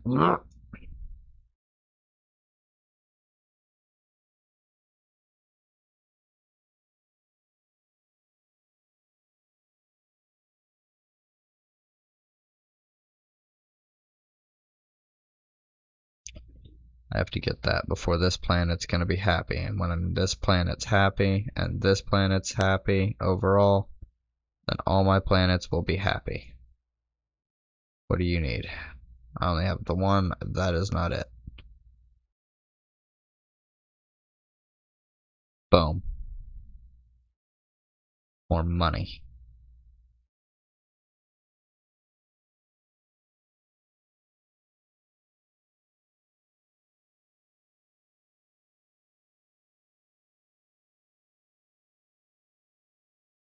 Hey, yo, I know, I'm sorry.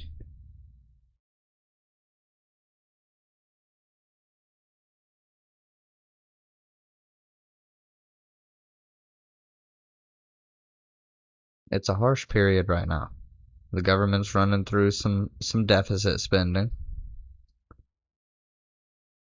Let me dampen the impact a bit by raising your taxes a small amount, okay? I'll lower them again in a couple of weeks or so.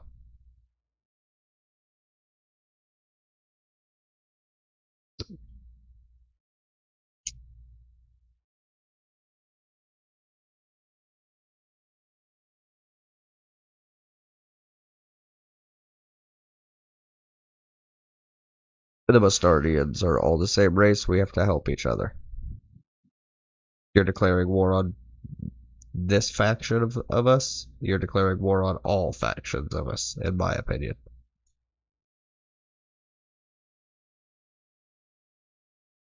I'm not militarily ready for that, but wait, hold on. Diplomacy. I'm at war with that. Let me just. Jeez. Okay, so.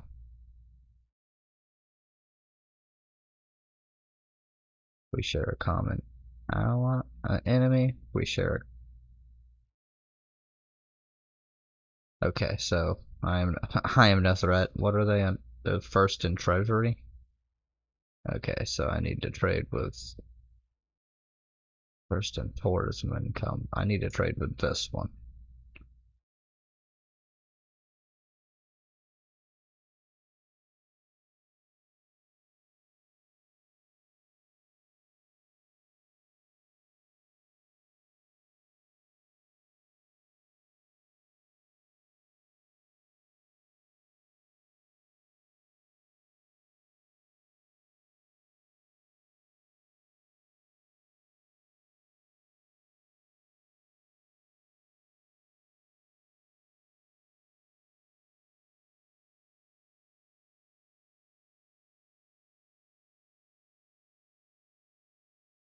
Shit.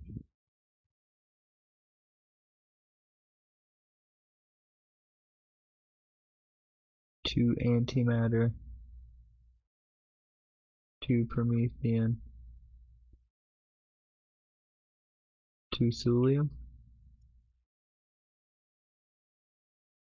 Lit. Okay. I think they enjoy that.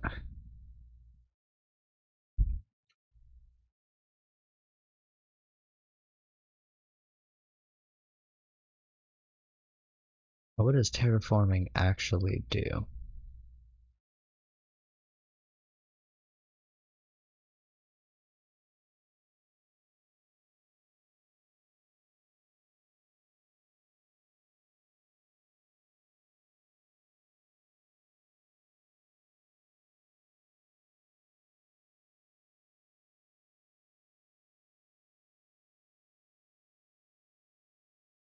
Huh.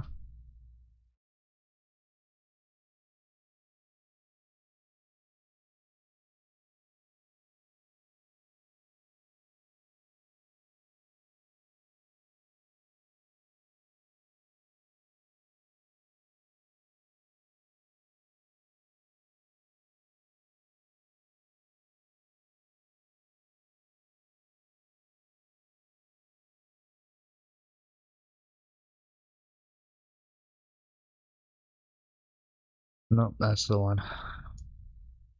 So, I really need to start working up here. Resource processing, yeah. Because if I can get this line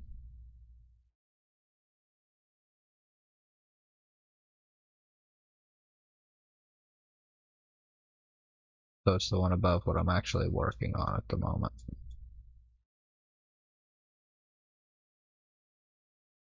Okay, that lets me know.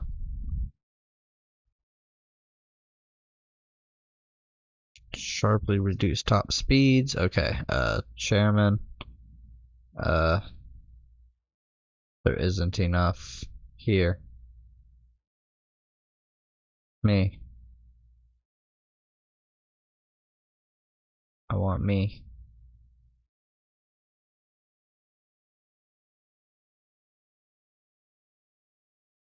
Alright.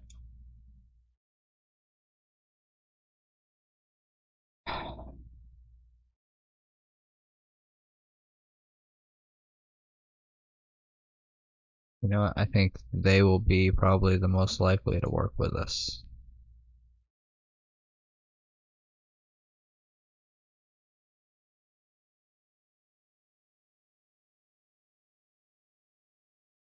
Scout, go explore.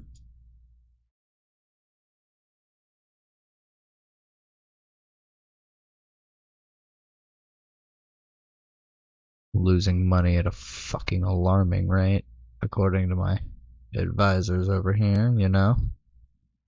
But sometimes things just happen. I got a 21% tax rate, and I'm losing a lot of money. But should I lower that tax rate to where I lose 10 at 16? I see my people are a lot happier. If I move a leader over to research, my people are less happy. But that'll happen faster. Xeno adaptation. And then I'll be able to have this one be happier.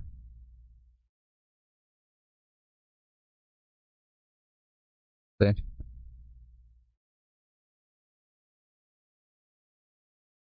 And then this one is perfect for food, it says.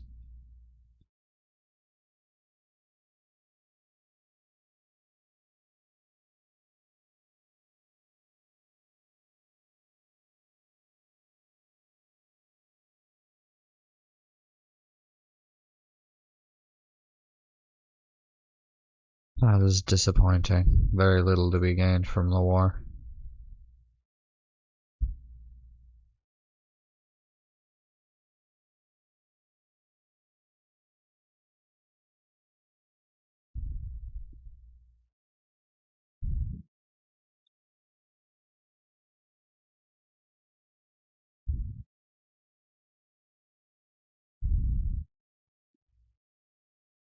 Yeah, I don't necessarily want to do that. Okay, let's get that here.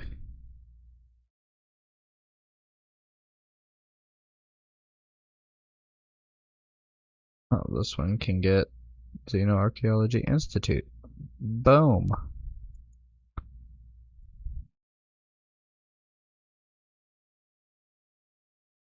Okay, okay. Hold on now. Hear me out.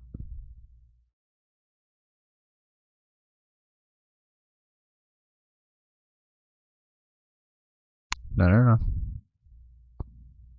Xenoarchaeology. Precursor studies. And what if I throw eminence on here? Would you allow that? And that? I bet you would. And I could probably take both your precursor nanites.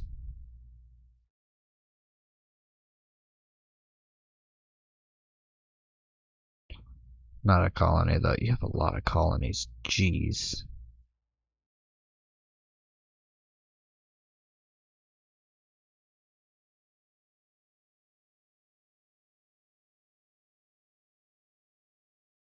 They're nice little people, aren't they? Hmm. But I might be able to bring that out. Yeah, see? I can make that way better. I'm gonna take all your tech. That's a really good trade for me. Holy shit. Okay.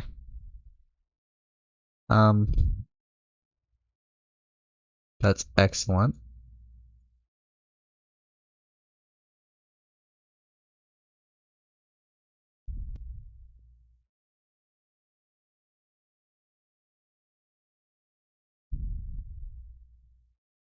Yeah, see, in one turn it actually now takes it down to 12 turns. So it's going to take 12 turns to actually research this. Unless I can get an ideology boost to get research.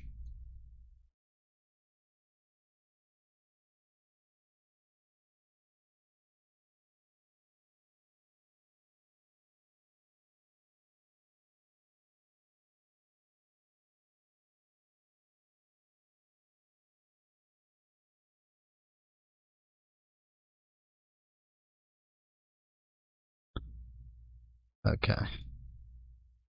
That's good. That's good because it gives more perimeter. That's spooky. So all of these need interceptors now.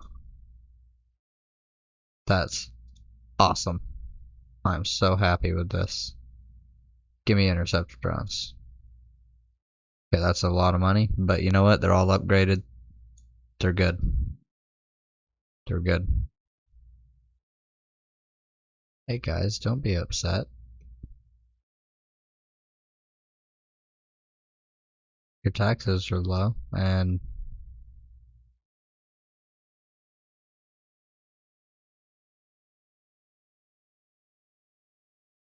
yeah, be happy. 65% way happier. I liked 65%.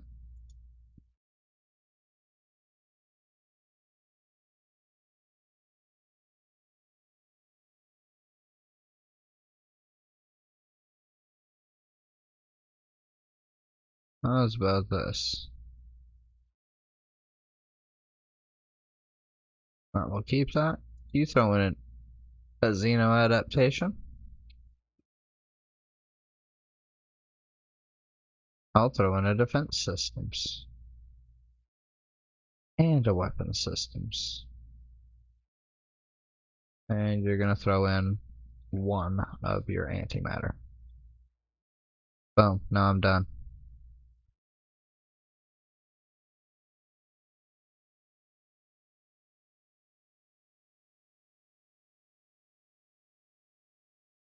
I have extreme colonization. What do you mean?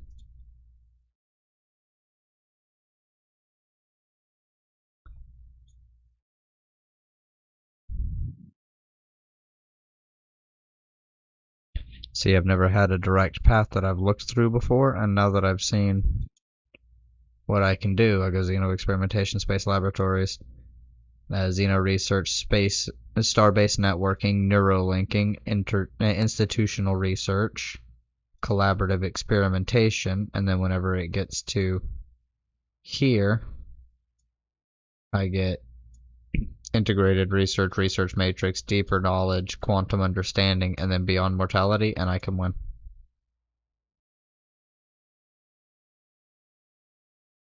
Yes, you're my friends. You're more of me. See, that's what I think technology victory is. You must unlock beyond mortality. You must unlock precursor understanding. You must unlock cultural affinity. Complete construction of Ascension Gate. I am the first.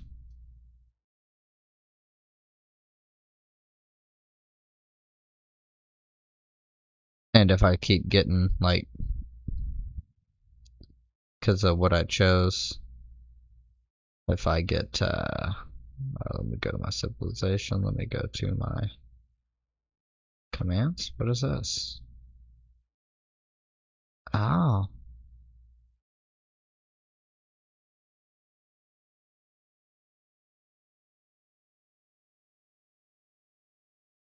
I have the most credits. I'm 14th on population. I have no planets conquered or annexed. Controlled parsecs. Link to homeworld battles 1. Ships built 24. I'm first there. I'm first there in conquering and second in annexing. So I'm first in all the things that nobody has except for credits.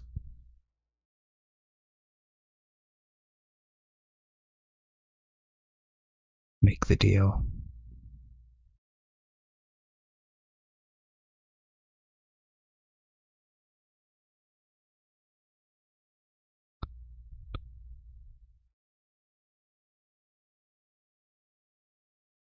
I already have a preparedness center.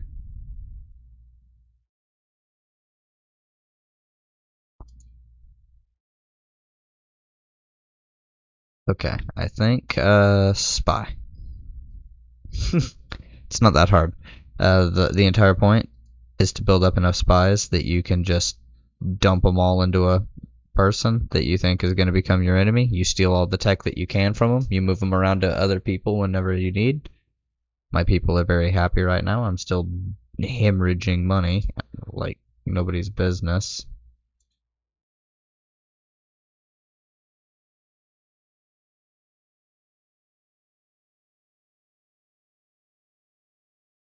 Let's try and lessen that impact.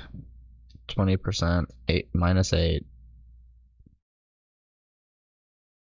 Because if we're hemorrhaging money, we at least want to be able to.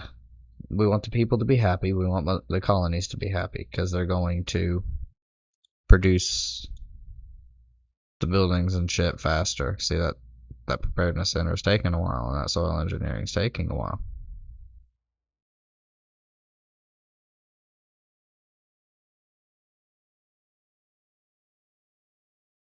Who all is the Craft clan, the Arsaeans, and the Your Singularity?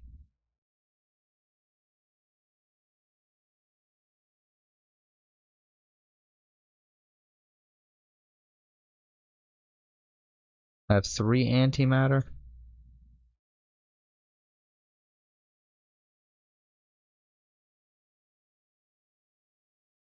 Prototype gunboat. It takes 3 frickin' thulium. Okay. What do I have in the way of beam ships?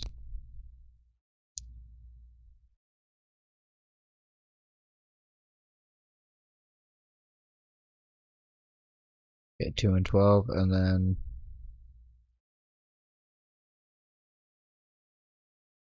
1 and 8.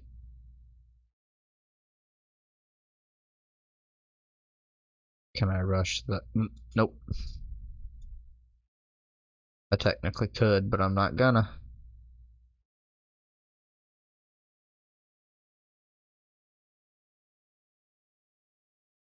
So we build up the ships a lot, and then when we get, I think when we get our next citizen, we make a. Oh, we don't have the ability to make a commander because we haven't been researching our.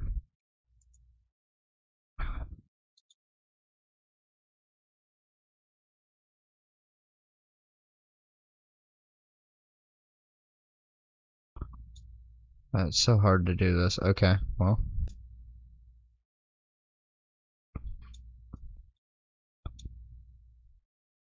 Doomray?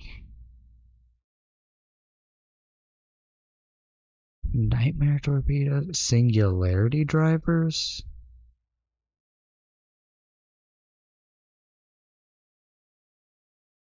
Oh my god.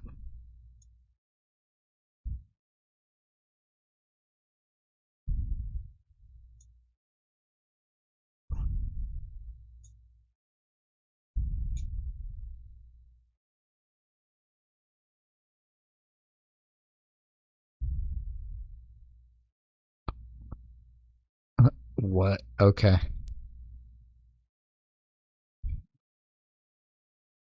I need War College. So I have to get Planetary Invasion, Invasion Optimization, and then I can get War College.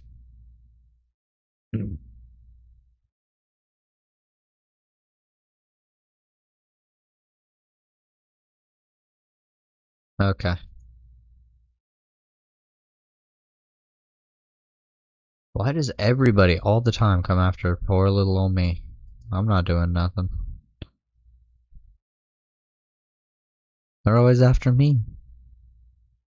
Come on. What did I do? I'm just chilling. Look at this. I got my own little... That's it. I got a trade route over here with the Serene Homeworld. Wait. With the Serene Homeworld. With my homeworld, the Serene Homeworld. And then I'm trying to get a... See, I got a freighter headed over here to the Serene Homeworld.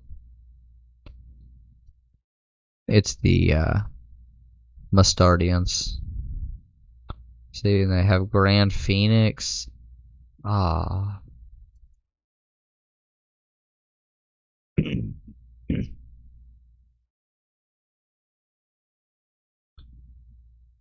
And I just send those off to go do what they do.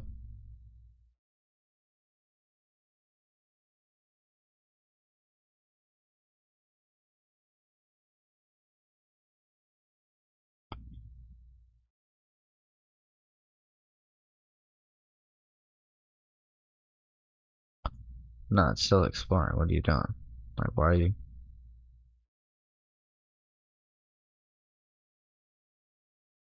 It doesn't make any sense to me. Like, okay, what's the deal? It should be exploring. What's over here? I don't know. It's saying out of range. Oh well.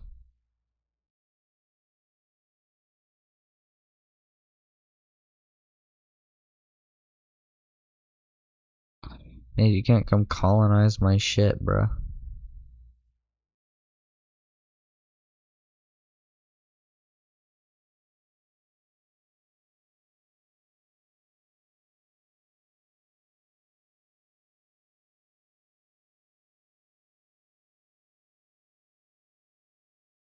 Yeah, I'm just gonna have to absolutely uh get the other technologies going from the war college. Otherwise I can't do anything. I'm probably gonna play, yeah, it's 7 o'clock, 7:11.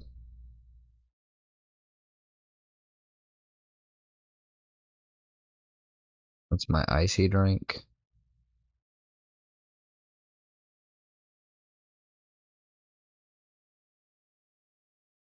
Alright, well.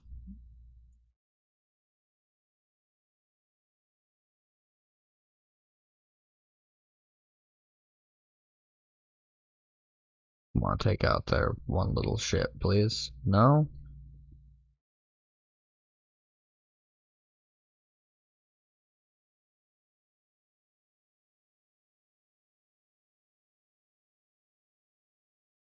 Where's this prototype bomber that I have targeted? I don't even know. I have no fucking idea. Oh, it's there. Yeah, you continue doing whatever you do. Get into your home.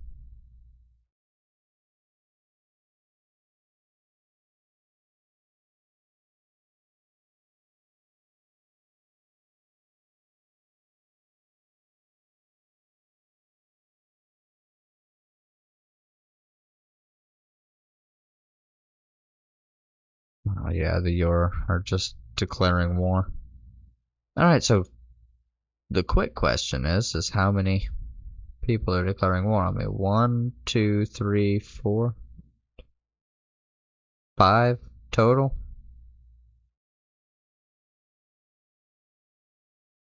It's alright. You've seen the sandwich pants tactic. You know how to outlast this shit. That's all it is. It's a load of shit. Don't let them get you down. You maintain on your colonies. They start throwing shit at you.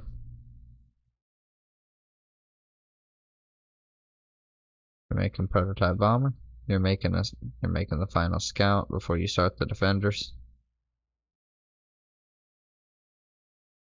Yeah, it's not even worth the credits to rush most of the time.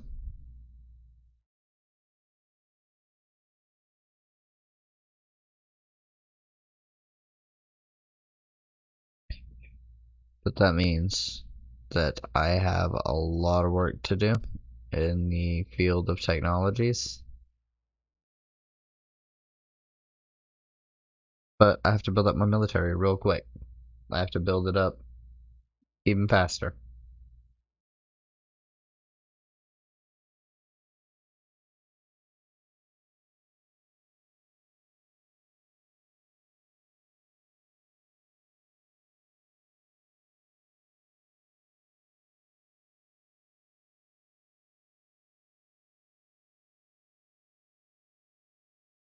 See, they always manage to do this shit.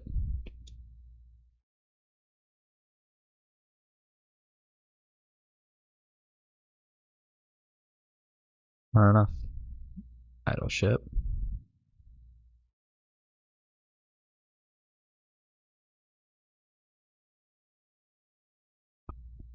Idle ship. You're the final scout. You go that way.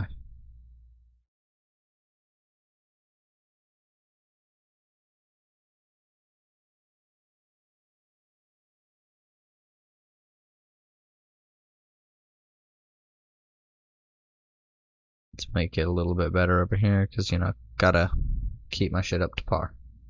God, I've been doing this for how long now? Like 3 hours? Over 2 at this point.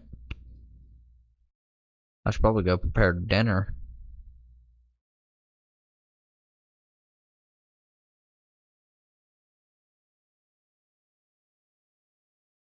Otherwise, we won't eat until like 10 o'clock again.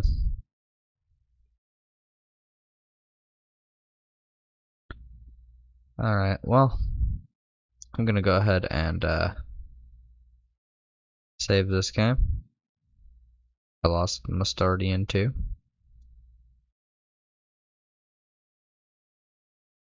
Let's save and overwrite Mustardian too.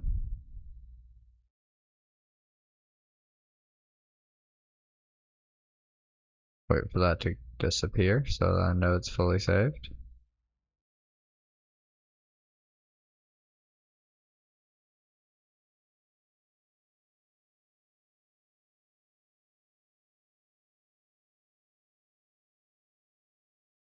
Okay, good. Exit. Yes, I want to quit. Slight change of plans. Instead of finishing out with this Angela Davis thing, from apparently from RT of all places, going underground on RT. We've got Angela Davis. So what I'm going to do is I'm going to mute myself, but I'm going to play this, and I'm hoping it plays through. We'll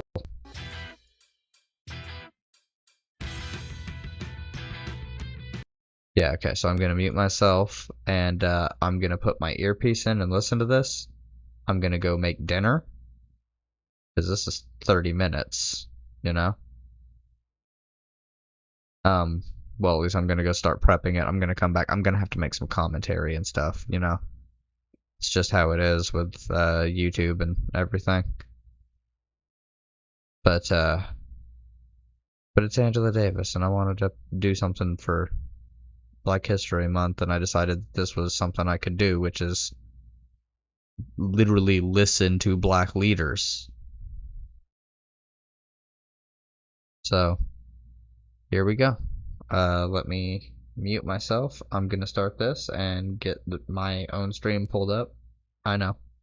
No, I'm probably just gonna look up the video and play it since it's in my deal.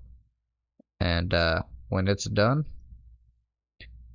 then I will come back, or when I'm done prepping the meat, or getting my cousin to prep the meat, you know, I will come back and do the thing. Alright, I'll be back.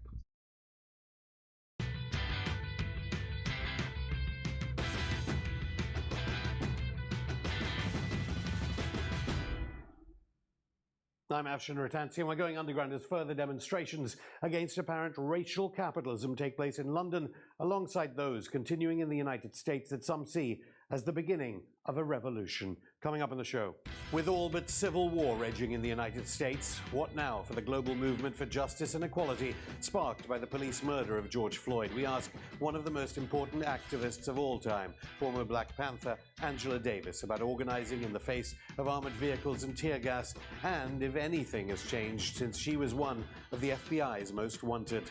Plus, when the options at the 2020 presidential ballot box are a man using military-style force against protesters, or a man who was instrumental in policies that resulted in the US having the highest prison population in the world, is it time for a new political party?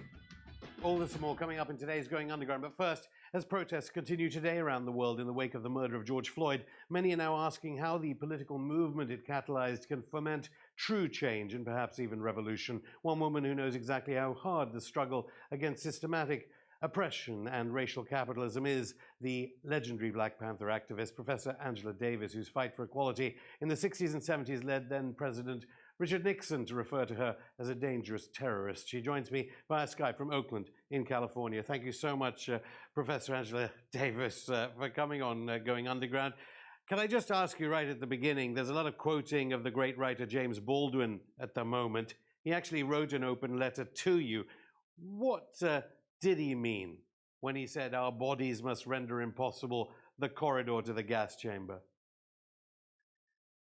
Well, of course, James Baldwin was not only a magnificent writer, but also he was involved in a whole range of social justice issues, and he took up my case, wrote an open letter to me, and argued that if they did not protect my life, that they would be next. If they come for you in the morning, he said, and if we do not prevent them from taking you, we will be next.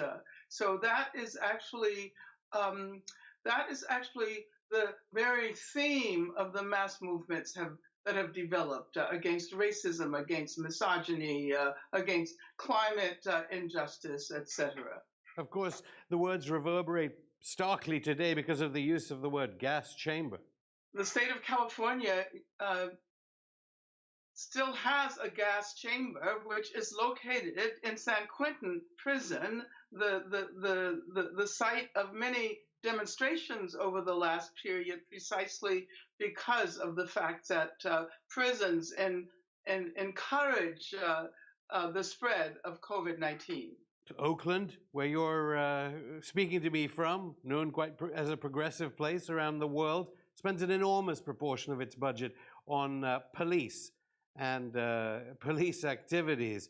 What do you think Baldwin meant when he said he could gauge a nation's health, weak and all, by examining those people it elects to represent or protect it? What is the health of your nation right now? I think the world is able to see that this nation is far from healthy, that our police departments are the most dramatic expression of structural racism, that our prisons are full of Black people and Latinos, that we have to have an abolitionist imagination if we want to guarantee a future for our city, our state, our nation, and for the world. What does that mean for, I'll get on to abolitionists as regards the prison industrial complex and the police, but obviously the FBI targeted you. Certainly in media circles, people know about Watergate. Do you think it'll take a lot longer to know about COINTELPRO? Well, increasing numbers of people are aware of the extent to which the government attempted to wipe out all of those who were resisting, those who actually represented the possible future of democracy in this country. It usually takes a very long time for radical change to begin to be made. But then on the other hand, there are moments, such as the current conjuncture, which bring together a range of struggles, a range of issues, and allow those of us who have been active in struggles against racism and patriarchy and economic oppression over the years to recognize that the work we do does ultimately make a difference, even though it may be 10 years, 20 years, 30 years, 40 years, 50 years before we are able to witness the fruits of that activist labor. Some might not know what COINTELPRO is from people watching this interview from around the world. How did it? Just remind us how the FBI persecuted you. I know in the news right now we hear about Trump being persecuted by the FBI. Well, of course, I was placed on the FBI's 10 most wanted list in 1970. And it was in the context of a development of a program called the Counterintelligence Program, COINTELPRO, that specifically targeted Black activists. Not only myself, but many members of the Black Panther Party. I was active in the Black Panther Party, but I was also a member of the Communist Party. And of course, the Black Panther Party was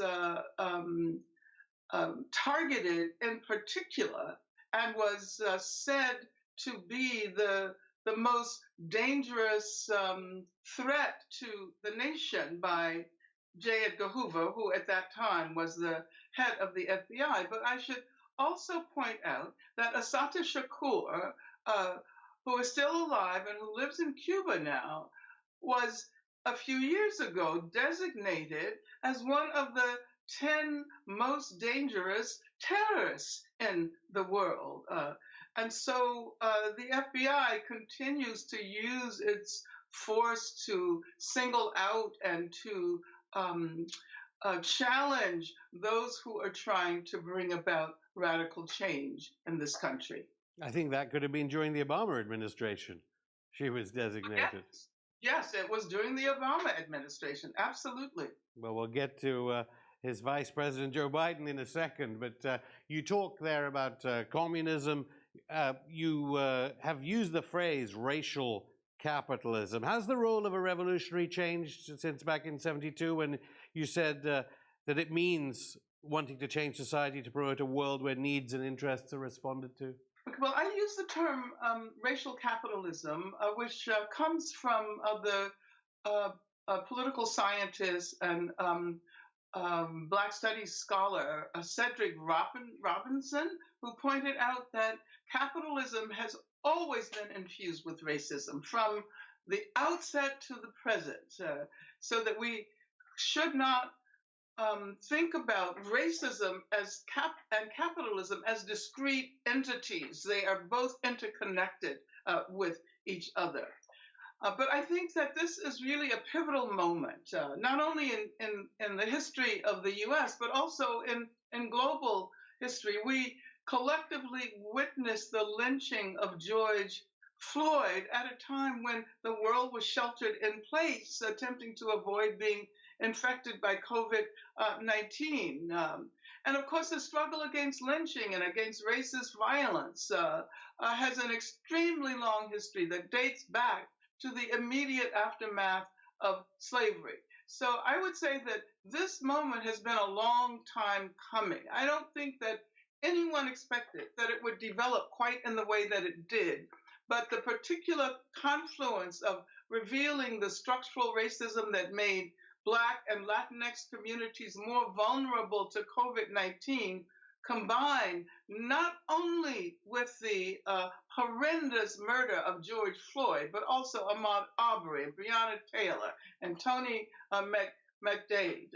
But I think what is so important today is that people are focusing on structural issues. They're not simply calling upon the individual cops to be brought to justice. They're calling for demilitarization of the police and defunding of the police and dismantling of the police. Well, it certainly does. It certainly does seem pivotal when it wasn't long ago Ruth Bader Ginsburg, the Supreme Court Justice, was saying sports star Colin Kaepernick was dumb and disrespectful to take a knee. Now we have the DNC doing it.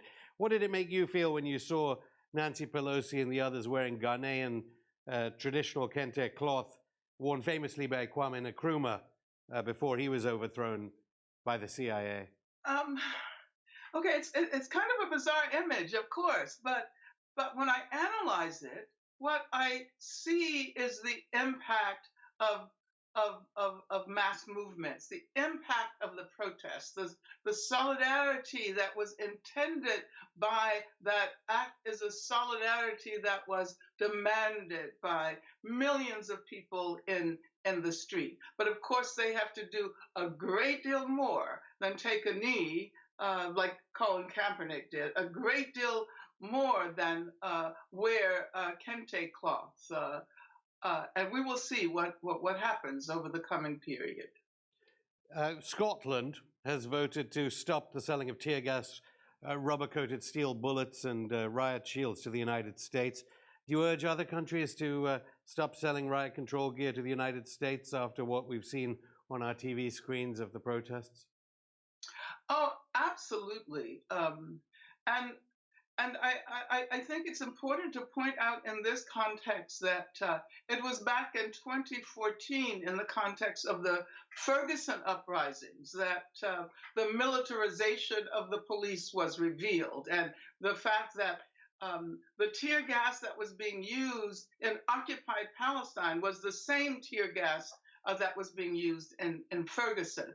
We've learned that many police departments, including small ones like the Ferguson Police Department, had received anti-insurgency training by the Israeli military. And also, I've heard that the Minneapolis police have received training from Israel. I'm not sure about the particular officers who have been accused of the murder of George Floyd. But I think we need to remember that there is still an important connection between struggles in the U.S. and struggles in Palestine. This connection was made in the 1960s. It was made again in 2014, and it needs to be emphasized today. What is it about Palestine that is so important? The European Union is against boycott, divestment, sanctions. Over here in Britain, the Labour Party, its shadow foreign secretary, says it's anti-Semitic to condemn atrocities by the Israeli government. Why is Palestine relevant to what we're seeing about George Floyd? Well, Palestine has taught us a great deal about resistance, about the endurance of resistance. And we've learned a great deal about the prison industrial complex by looking at Palestine and looking at all of the ways in which Palestine is experiencing the carceral technologies developed by the state of Israel. For a very long time, there have been links of solidarity between Palestinians on the ground and Black people who are struggling in the U.S. When I myself was in jail, I received numerous solidarity messages from Palestinian political prisoners. I think that the time has come to reveal the absolute absurdity of assuming that the criticism of the policies and practices of a nation state such as Israel are equivalent to anti-Semitism. As a matter of fact, many Jewish people in Israel are involved in the struggle for solidarity with Palestine. And certainly, BDS is simply a boycott movement, boycott, divestment, sanctions. It is a nonviolent movement, and the way in which it is falsely represented by so many forces in the world is something that we have to analyze and dispute. Well, while we invite the Israeli ambassador to London on the program to refute some of what you're saying, I think the Israeli government does admit to demolishing homes. Professor Angela Davis, I'll stop you there. More from the legendary Black Panther activist after this break.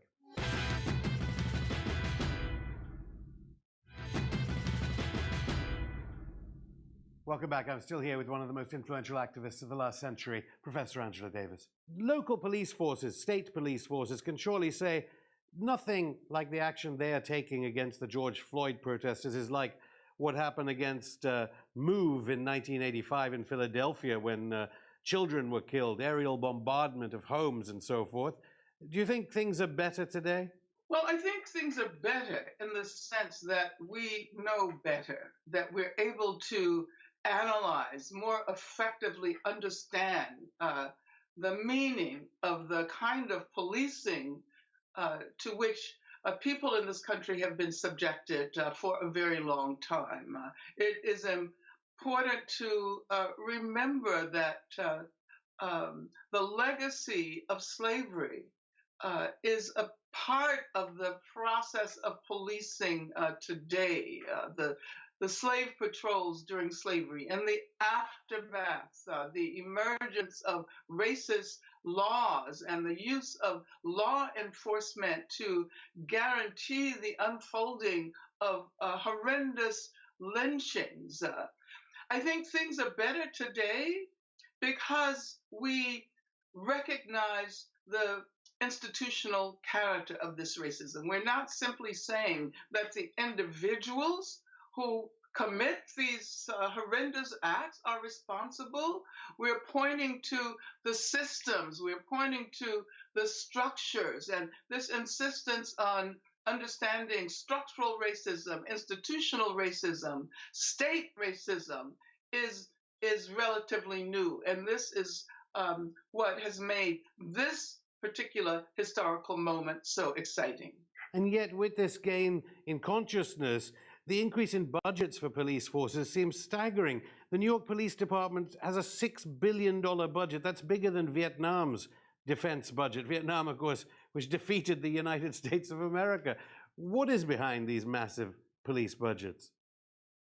Well, of course, the emphasis on police, the emphasis on policing, the emphasis on imprisonment that has led to mass incarceration is very much driven by racism. And law and order, instead of addressing the needs of communities of color. And let me say that we are in the process of doing today what should have been done in the immediate aftermath of slavery.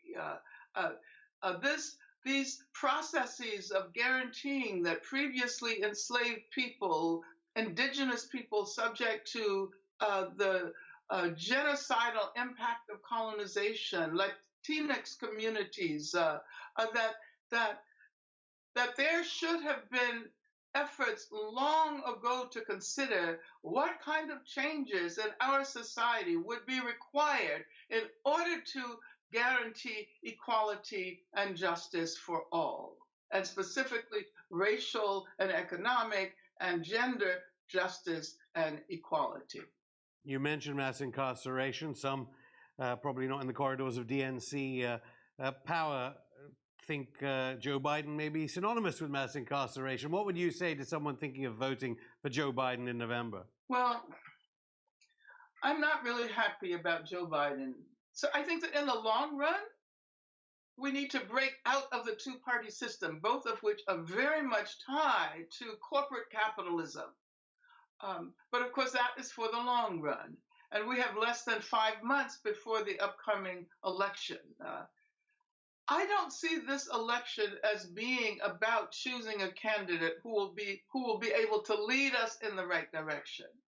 It will be about choosing a candidate who can be most effectively pressured into allowing more space for the evolving anti-racist movement. Biden is very problematic in many ways. He is not only in terms of his past and the role that he played in pushing toward mass incarceration, but he has indicated that he is opposed to disbanding the police. And this is definitely what we need. We need to reconceptualize the very notion of public safety. But, I say but, Biden is far more likely to take mass demands seriously, far more likely than the current occupant of the White House. So that this coming November, the election will ask us not so much to vote for the best candidate, but to vote for or against ourselves. And to vote for ourselves, I think, means that we will have to campaign for and vote for Biden. You don't think the George Floyd protests will create a new political party to vote for in time for November then? I don't think, personally, who knows what is possible. But building a party takes a great deal of time. And we've been talking about new parties, and new parties have emerged. But to build the kind of party with an appeal to masses of people and with the infrastructure that would be capable of getting out the vote in time to oust Donald Trump is another issue. You mentioned defunding the police. Of course, you're an advocate of prison abolition. I mean, what is it like living in a country which imprisons proportionally more than Stalin or Mao ever did? Well, of course, I'm someone who has been involved in working against imprisonment since the 1970s. I became involved in the struggle in movements against movements for the freedom of political prisoners, like Lolita Lebron, like Bobby Seale from the Black Panther Party, and many of us have been calling for the abolition of prisons for decades. As a matter of fact, my introduction to the concept of abolition came with the Attica uprising in 1971, when I myself was in jail. The racism that has been recognized as driving the very structure of policing in this country is equally embedded in the prison system and is responsible for what we have come to call mass incarceration. So just as the call for the abolition of policing in its current form is now being raised, it reflects decades-old calls for the abolition of prisons. And of course, we call for prison abolition because prisons are simply a dumping ground for people who represent the failure of society to address problems of poverty and physical and mental health and education, etc. Why has it been so difficult? Mumia Abu-Jamal is still in prison. Leonard Peltier. Why are these names, decade after decade, why has such concerted action failed to free so-called political prisoners in the United States? Well, it gives you a sense of the power of these institutions and the power of the police, the power of police unions. As a matter of fact, Mumia Abu-Jamal and Leonard Peltier continue to languish in prison precisely because they have been so systematically opposed by police formations in this country. So I'm hoping that as the police unions are coming under an enormous amount of criticism, this may also create an opening for us to demand the release of Leonard and of Mumia. Well, people all around the world know of your name, arguably, in the global south and so on. We now learn that here in Britain, the British State Security Services are using a picture of you, perhaps to entice, certainly to promote, their campaign called Stoosh on Instagram and Facebook to encourage some kind of woke debate.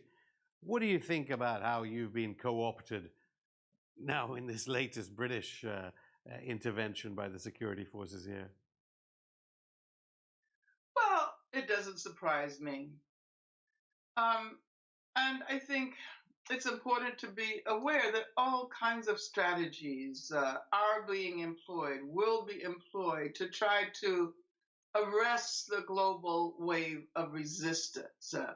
And I just hope that people recognize that these are desperate measures, just as the policies of the government in the UK and in the US desperately try to preserve a past of racism, of anti-labor practices, of misogyny, of environmental injustices. But I think that young people who are protesting today represent a different future.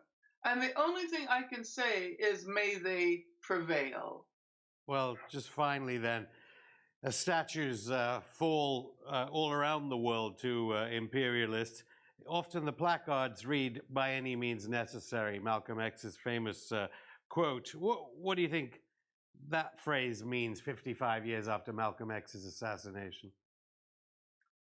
Well, of course, at the time when Malcolm X said by any means necessary, he was indicating our absolute determination to overturn racism and inequalities and all forms of injustice. And I think that we can continue to say by any means necessary. The fact that so many people went out in the streets in the midst of a COVID-19 pandemic was an indication of the deep passion and the collective will for change. And I think that people are becoming aware of the extent to which the past is still driving the present, and that what we are doing now is long overdue. Opposition to racist police violence is about finally facing the centuries old legacies of racism. Any dangers, though, of co-option, whether Black Lives Matter will be co-opted? The funeral for Floyd had Joe Biden in it, and the famous dichotomy, House Negro versus Field Negro. Is that still alive today? Well, of course, there are always efforts to co-opt our struggles. And in a sense, we can say that when we witness these efforts, we should be recognizing our successes, that those in power are desperately trying to identify with those who are struggling so that they can change the trajectory of those struggles. Yeah. Hello? Can I be heard? Can anything be heard? Am I coming through? Oh yeah, that's right. So the thing here is that Malcolm X actually, I think it was Malcolm X actually talked about this when he was lambasting Martin Luther King Jr. for going to the Washington March to play him with that, because he thought that pretty much the exact same thing, that they were trying to get in good with him to learn what the struggle was and their trajectory and to try and change it. But I think that many people understand that now, and I actually welcome these expressions by people in power, because we realize that we are beginning to challenge the hegemonic powers of those in government. If we do this, we can collectively resist the dominance of the past, and we can begin to move toward a more emancipatory future. Professor Angela Davis, thank you. That's it for the show. We'll be back on Wednesday, the 5-year. Okay, I don't care about your BS there. She's so wonderful. Everything she said. Okay, so see, she's smarter than a lot of the actually, she's smarter than all the Bernie or busters, because the argument she made is that in the short term we need to get Biden in office, and in a little bit of a longer term goal we need to break away from the duopoly, which is 100% what I agree with. I've never seen that before. I hadn't watched that video, but I fucking agreed. So I'm not entirely sure where people get the notion that they can just form a third party right away out of the gate, try and vote for a third party, like right out of there's stages. You have to, as Lenin said, meet people at their level of radicalization. And you have to guide them towards your level of radicalization. Sometimes they surpass you in your level of radicalization, although for some of you, not really.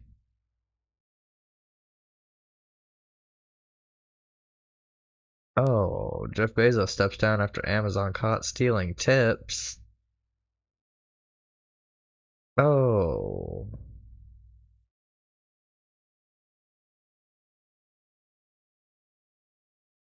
Okay. Since I'm cooking, I'm gonna just play this real quick. We see MC moving some modals out here. We got the Void Ray coming down. He was able to pick up a couple of suits units, but it's not looking good for him. The mutants come in. It looks like they're picking up a lot of the air units up here. I don't know. We got the Ultra Ultra the front is fighting. The Immortals are trying their hardest out here. We've got the Archons working away. The Ultra the front. It looks like Snoots is a lot of the units in the back with the mutants are flying around. Able to pick up an Archon. I don't know what's going on. We don't have very much Blink Micro coming in from MC here. Looks like the mutants are flying around. He's able to push Snoot back. It's not looking good though for MC here. Looks like he's about to move over the ramp, take out the natural. I don't know what's going on. We got the Circus coming up right here. The mutants are flying and going to the natural. It looks like Snoot's about to close the series out. 5. No. I tried. Yep. Right on.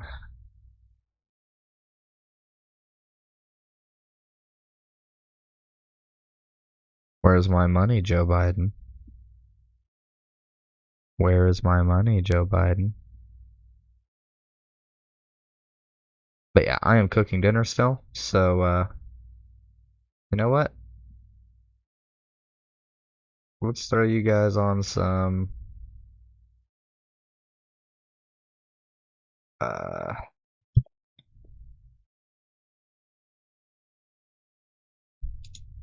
here, just watch this. Here, I'm not gonna interrupt it. Go for it. But I do want to thank the Center of Contemporary Culture in Barcelona and the publisher of my most recent book, Capitan Swing, for having invited me to spend the next few days in Barcelona. I had no idea when I accepted this invitation many months ago that Catalonian elections would spark the debates and the mass demonstrations. I arrived yesterday evening and caught the tail end of the demonstration that happened yesterday, but we won't talk about that. But I'm glad to say that I'm here as a witness during a pivotal moment in the history of Catalonia, where people are speaking out about the democratic right to self-determination. And it's interesting, the last time I visited this region, I was in Bilbao and San Sebastian and Biarritz in connection with a conference on political prisoners, and in particular, a campaign to free Arnaldo Ortegui. And so it's quite interesting that my last visit was to the Basque Country. Now I'm in Catalan. Well, let me say that I'm glad that Arnaldo Ortegui is now free, and I very much look forward to meeting him in person.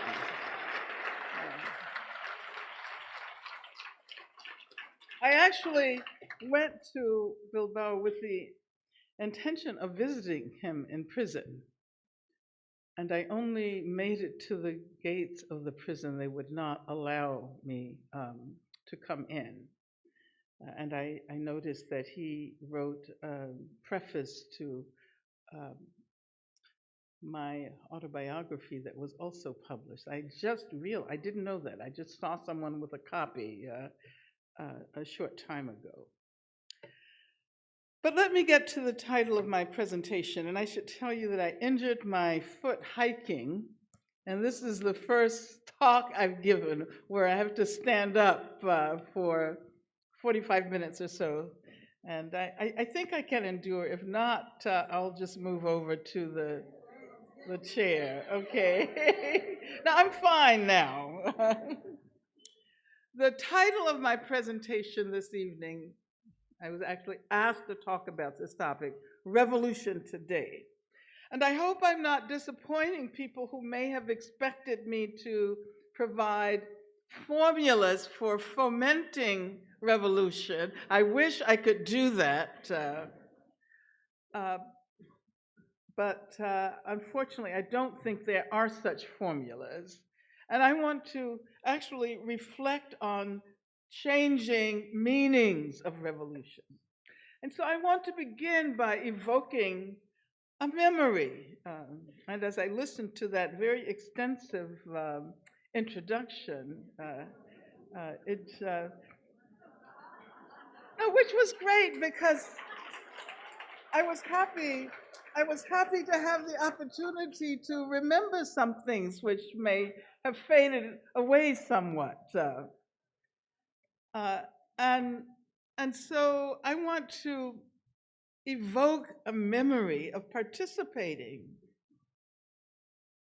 50 years ago in a conversation, an open discussion with Black activists in Southern California under the rubric Reform or Revolution.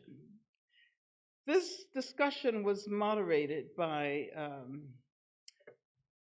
a woman who is an important friend and comrade of mine, Charlene Mitchell, who was a member of the Communist Party at that time. She afterwards became the first Black woman, the first woman of African descent in the United States to run for the office of the President of the United States. And later she became the central organizer of the International Campaign for My Freedom. So in many respects, I owe my freedom to her amazing organizing capacities. And if I'm not incorrect, she came to this part of the world. I'm not sure whether she came to Catalonia. Yes, I think she did. The most contentious aspect of the discussion that took place on that evening 50 years ago involved the role of white workers. Because a number of the Black activists were convinced that there was no possibility that white workers could play a revolutionary role. The Black communists who were there, and I was not yet a member of the Communist Party, they argued that if we could not envision a broader working class movement that had the capacity to cross racial borders, we would only ever achieve reform, not revolution. In other words, we might be able to win some victories in the arena of civil rights, but we would not be capable of overturning the structures of capitalism. I should tell you that my political circles during that period consisted of activists and intellectuals who were convinced that we were on the verge of changing the world. And of course, we read Marx and Lenin, and we revered figures like Che Guevara, and Che Guevara's, the 50th anniversary of his death was yesterday. There was a massive celebration in Santa Clara in Cuba. We revered Fidel Castro, Amilcar Cabral, Ho Chi Minh, and we identified with the Palestinian struggle. Yes, 50 years ago. We challenged narrow Black nationalists whose theories and practices were adamantly anti-racist, but because of a myopic focus on race, their ideas were also ensconced in the unexamined terrain of capitalism. So we wanted revolution, not simply reform. We did not believe that racial justice could prevail under conditions of capitalism. And we were convinced that with our internationalism, we would bring down the structures of capitalism in the foreseeable future.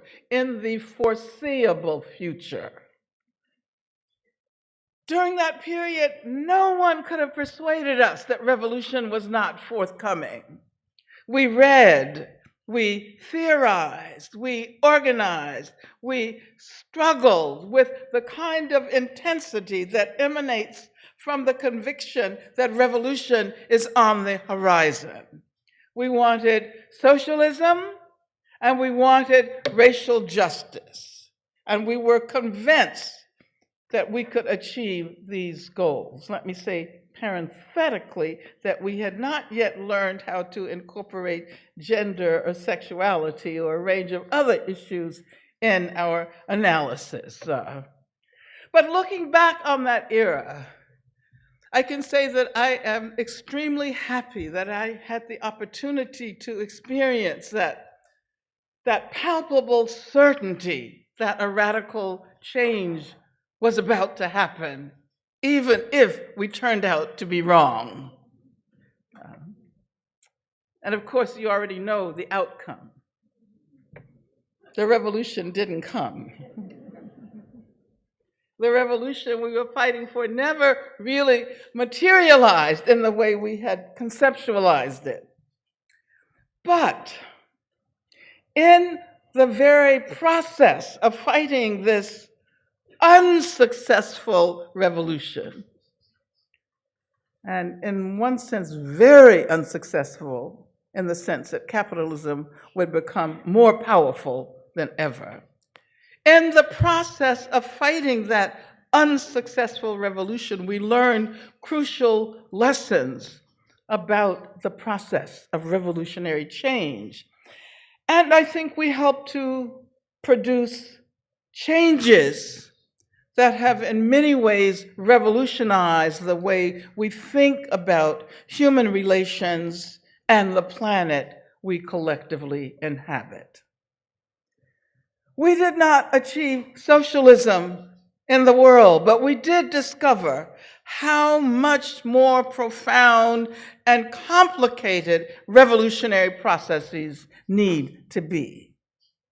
And in the process of these struggles, questions emerged, many questions that helped to spawn new academic fields and new movements, but perhaps most importantly of all, new questions. First of all, the question regarding the relationship between racism and capitalism. Later, in the early 80s, I read a book entitled Black Marxism. Is anybody familiar with that book by Cedric Robinson? Somebody said yes? Heard of it, haven't read it. Heard of it, haven't read it. Okay. Well, it was a very enlightening text. It's a very enlightening text for me to read, because I came to understand that if we assume the unquestioned centrality of the West, its economic, philosophical, and cultural development, then the economic modes, the intellectual histories, the religions and cultures associated with Africa, Asia, and indigenous people will never be acknowledged as significant dimensions of humanity. The very concept of humanity will always conceal an eternal and internal clandestine racialization, forever foreclosing possibilities of racial equality. And needless to say, Marxism, and I am very happy to have been introduced at a very early age to Marxist ideas. I think I read the Communist Manifesto when I was in high school in New York, but I'm going to correct the introduction to point out that my first contact with communists, and this actually substantiates the point you made about experience. My first contact with communists came when I was a very young child, because Black communists had moved to Birmingham, Alabama, in order to organize both Black and white workers. This is during the period of the late 30s and early 40s. And some of my parents' closest friends were members of the Communist Party. And by the age of 6, I had learned that you never talk to the FBI. And as a matter of fact, when I was arrested, I did not talk to the FBI. You know, I kept hearing my mother's and other voices in my head, don't say a word to the FBI. But anyway,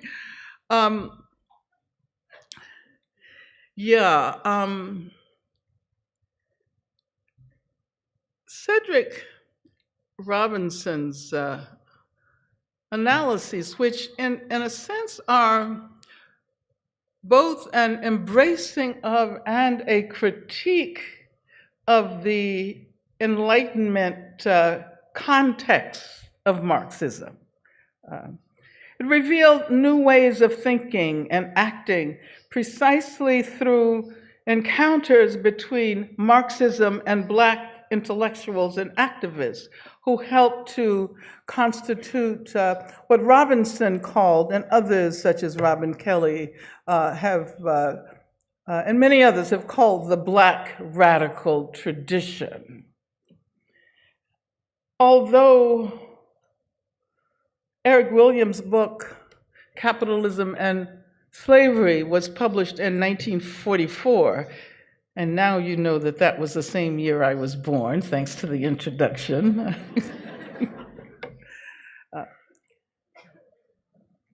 The text, Capitalism and Slavery, was pretty much marginalized. And as a result, scholarly efforts exploring the relationship between racism and capitalism have remained relatively marginal, which is very bizarre, since capitalism would not exist without slavery, without colonization. And while it is important to acknowledge the pivotal role slavery and colonization played in the historical consolidation of capitalism, more recent developments linked to global capitalism cannot be adequately comprehended if the racial dimension of capitalism is ignored. So I make this point because the term that Cedric Robinson used is racial capitalism, that capitalism is racial capitalism. It is impossible to begin to understand the workings of capitalism without recognizing that racism resides at its very core. So this means that we have to take very seriously the fact that histories of colonialism and slavery cannot simply be relegated to the past as moments that can be transcended by attempting to assimilate Black subjects and subjects from the global South into an unchanged Enlightenment-based discourse of human equality.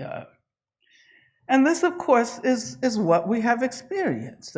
This is the perennial problem in the US. The assumption that racism is addressed by simply assimilating those who have been targeted by racism into a society that remains as racist as it was to begin with.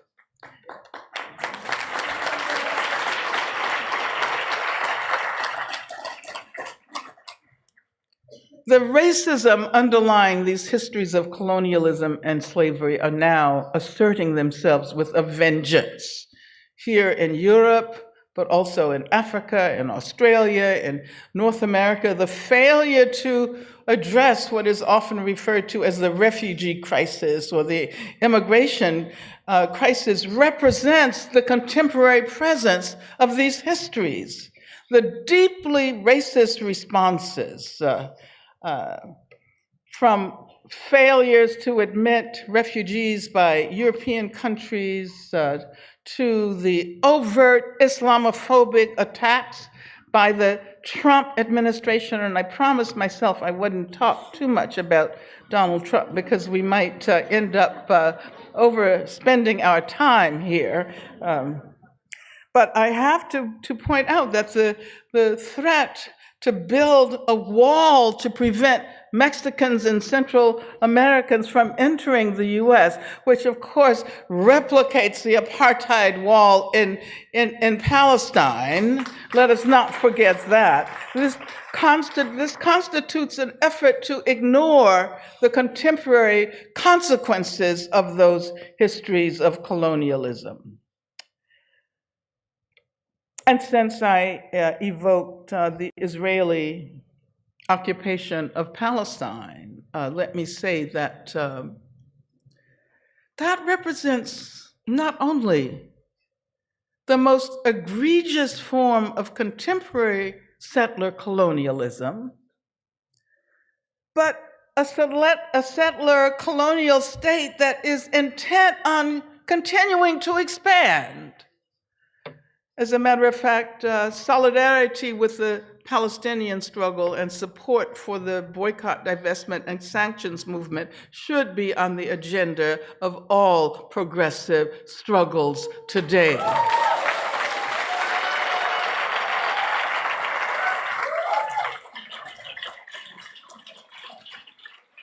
You know, someone told me that Sahar Francis might be, Sahar Francis is the leader of the Palestinian organization Adamir, supporting political prisoners, and I want to personally acknowledge the extremely important work that you have done. Thank you so much for your work.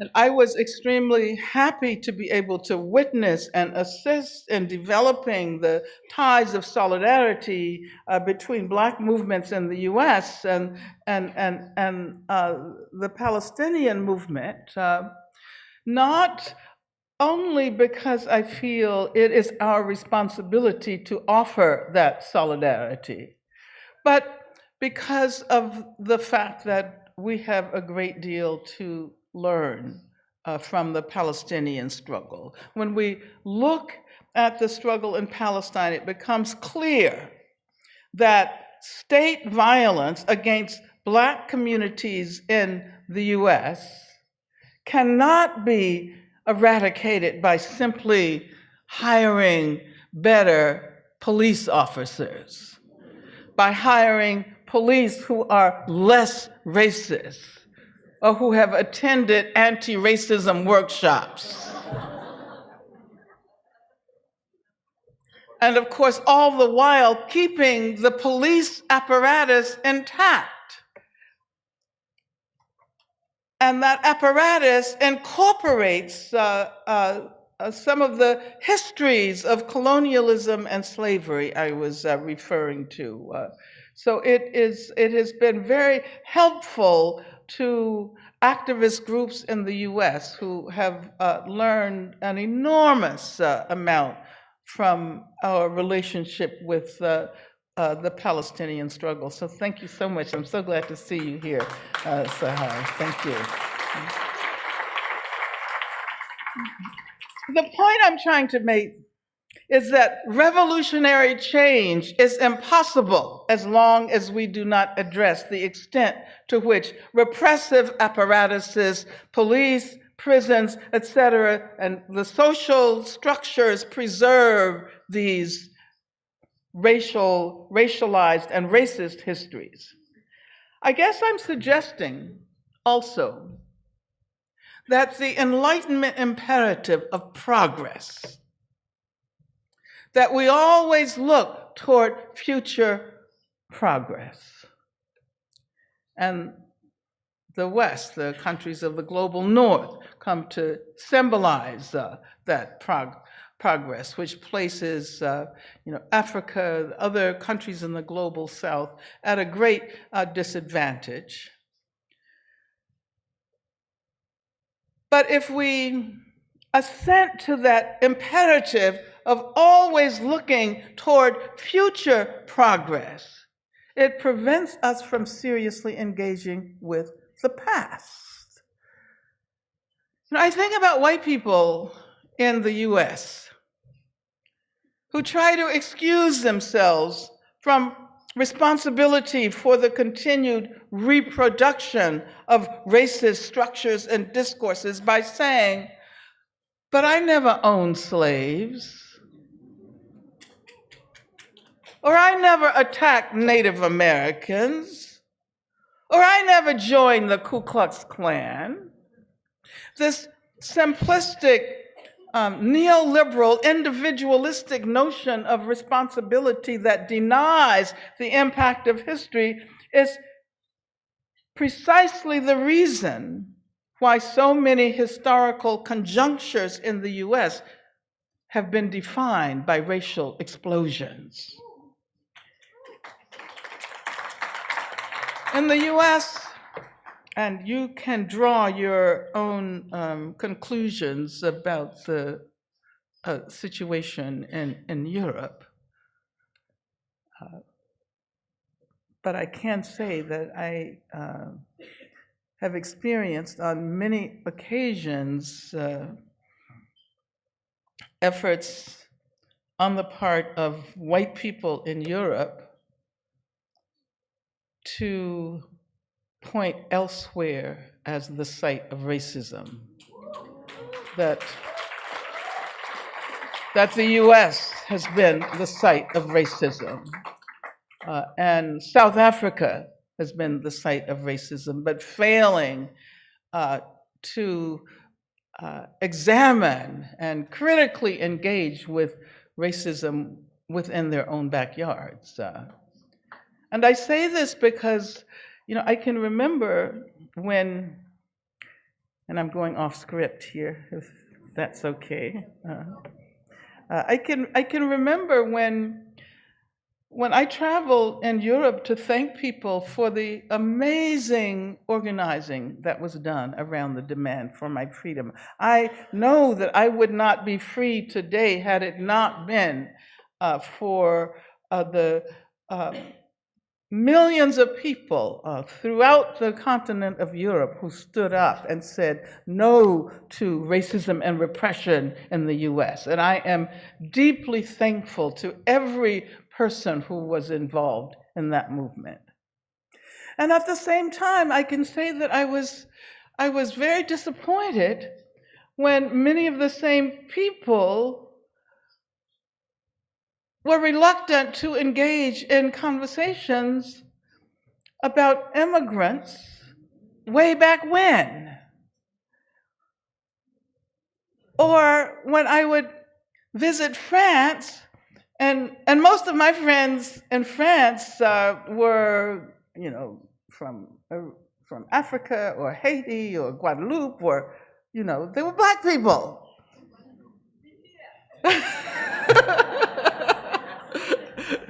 But then I would hear France being referred to as a white country, as if Black people and what we call people of color in the US did not exist. And I think that there may be something of a problem like that here, where certain populations are rendered invisible, not even recognized.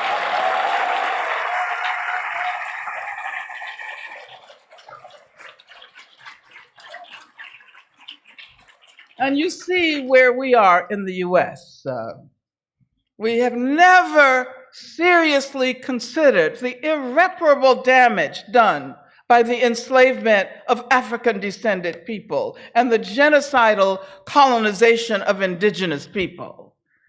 When attempts to spur popular engagement with these histories are made, then Black subjects and indigenous subjects are represented largely as the objects of unending violence, and thus in a process that is explicitly designed to rehabilitate them, are further dehumanized and transformed into humans for whom pity is supposed to be experienced, but with whom otherwise no essential connection is allowed.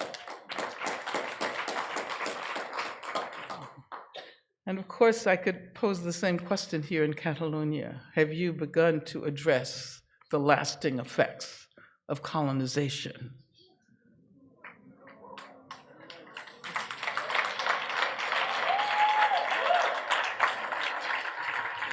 Have you addressed the legacies of fascism?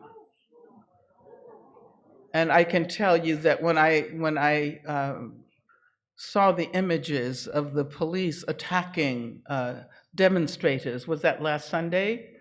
That was the first thing that came to my mind, because I'm a person who was very much informed by solidarity with the movement against Franco. And in my political formation, the reason I asked you what song you were going to sing, the revolutionary songs that I learned how to sing were songs of the Spanish Civil War. But anyway, while we tend to define revolutionary change as a radical dismantling and remaking of economic structures in society, and of course, I have no qualms at all with this. This is what we have to do, but we cannot then ignore the realm of consciousness. Over the last 3 years in the US, the Black Lives Matter movement has served as a catalyst for radically different ways of understanding racism in US society and beyond. And I can tell you that I am shocked to hear conventional mainstream news reporters engaged in all of these reports on racism. It used to be that racism was a bad word. It could not even be pronounced in public. As a matter of fact, when Barack Obama was elected to the presidency, that was represented as the advent of our post-racial era. And of course, race came back with a vengeance, with a major vengeance. But it has been thoroughly exciting to witness the ways in which new youth formations, revolutions are always made by the youth. And those of us who are older have to learn how to take leadership from young people. And I always say it's a wonderful time to be young, this period, because so many changes. But also, it's a great time to be old, because one gets to see the fruits of the work one has done for decades and decades in the ability of young people to engage the issues that we groped our way towards understanding with such facility. And I say this because I see a new feminist-inflected internationalism in Black activism that highlights the value of queer theories and practices.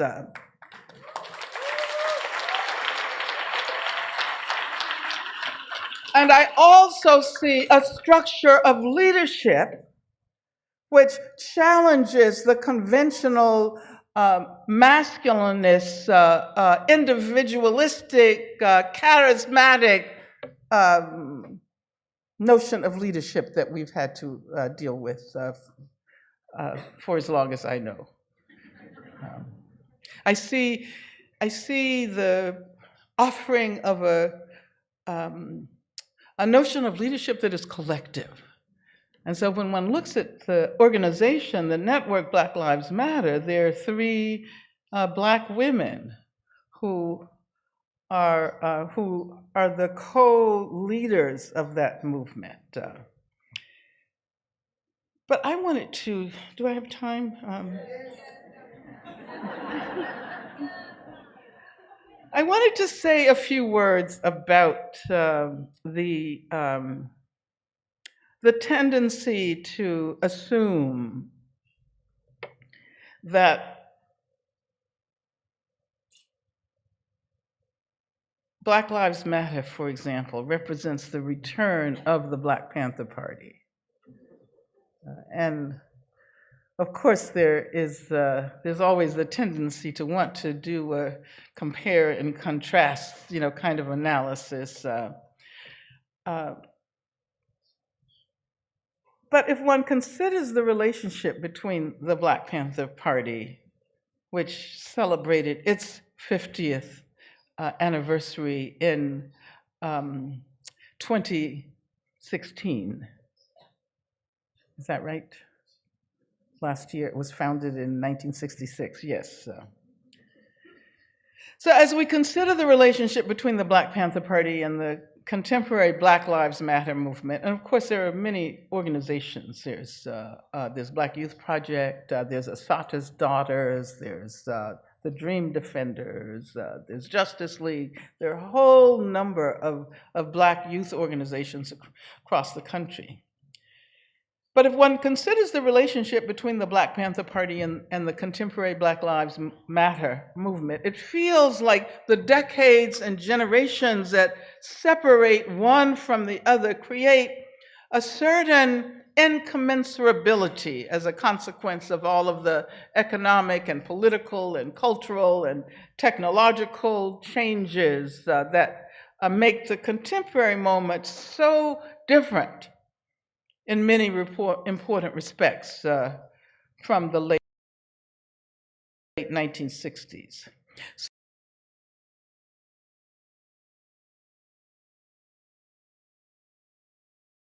Okay. So it is 8:30. I will probably play this on another day, probably on the last day of February or over a weekend or something. But I wanted to put something up that you could listen to while I was busy. And I could listen to it as well, because it's things that I'd never heard. I haven't listened to everything she's ever done. But I think we're actually gonna... I think we're gonna call this bit here. I hate to cut her off, literally, at this point, but Angela Davis, Revolution Today, 35 minutes. We'll restart it. I'll let you know. I'll keep you updated. Anyways, that'll be that. I think tomorrow, I'm just gonna keep going. No gaming. Just this. If I get on at all. I might take a break, because tomorrow is one of the longest days of my job every week. Because I have to drive like 300 and something miles. But that'll be it. Anyways, I hope you guys have a good night.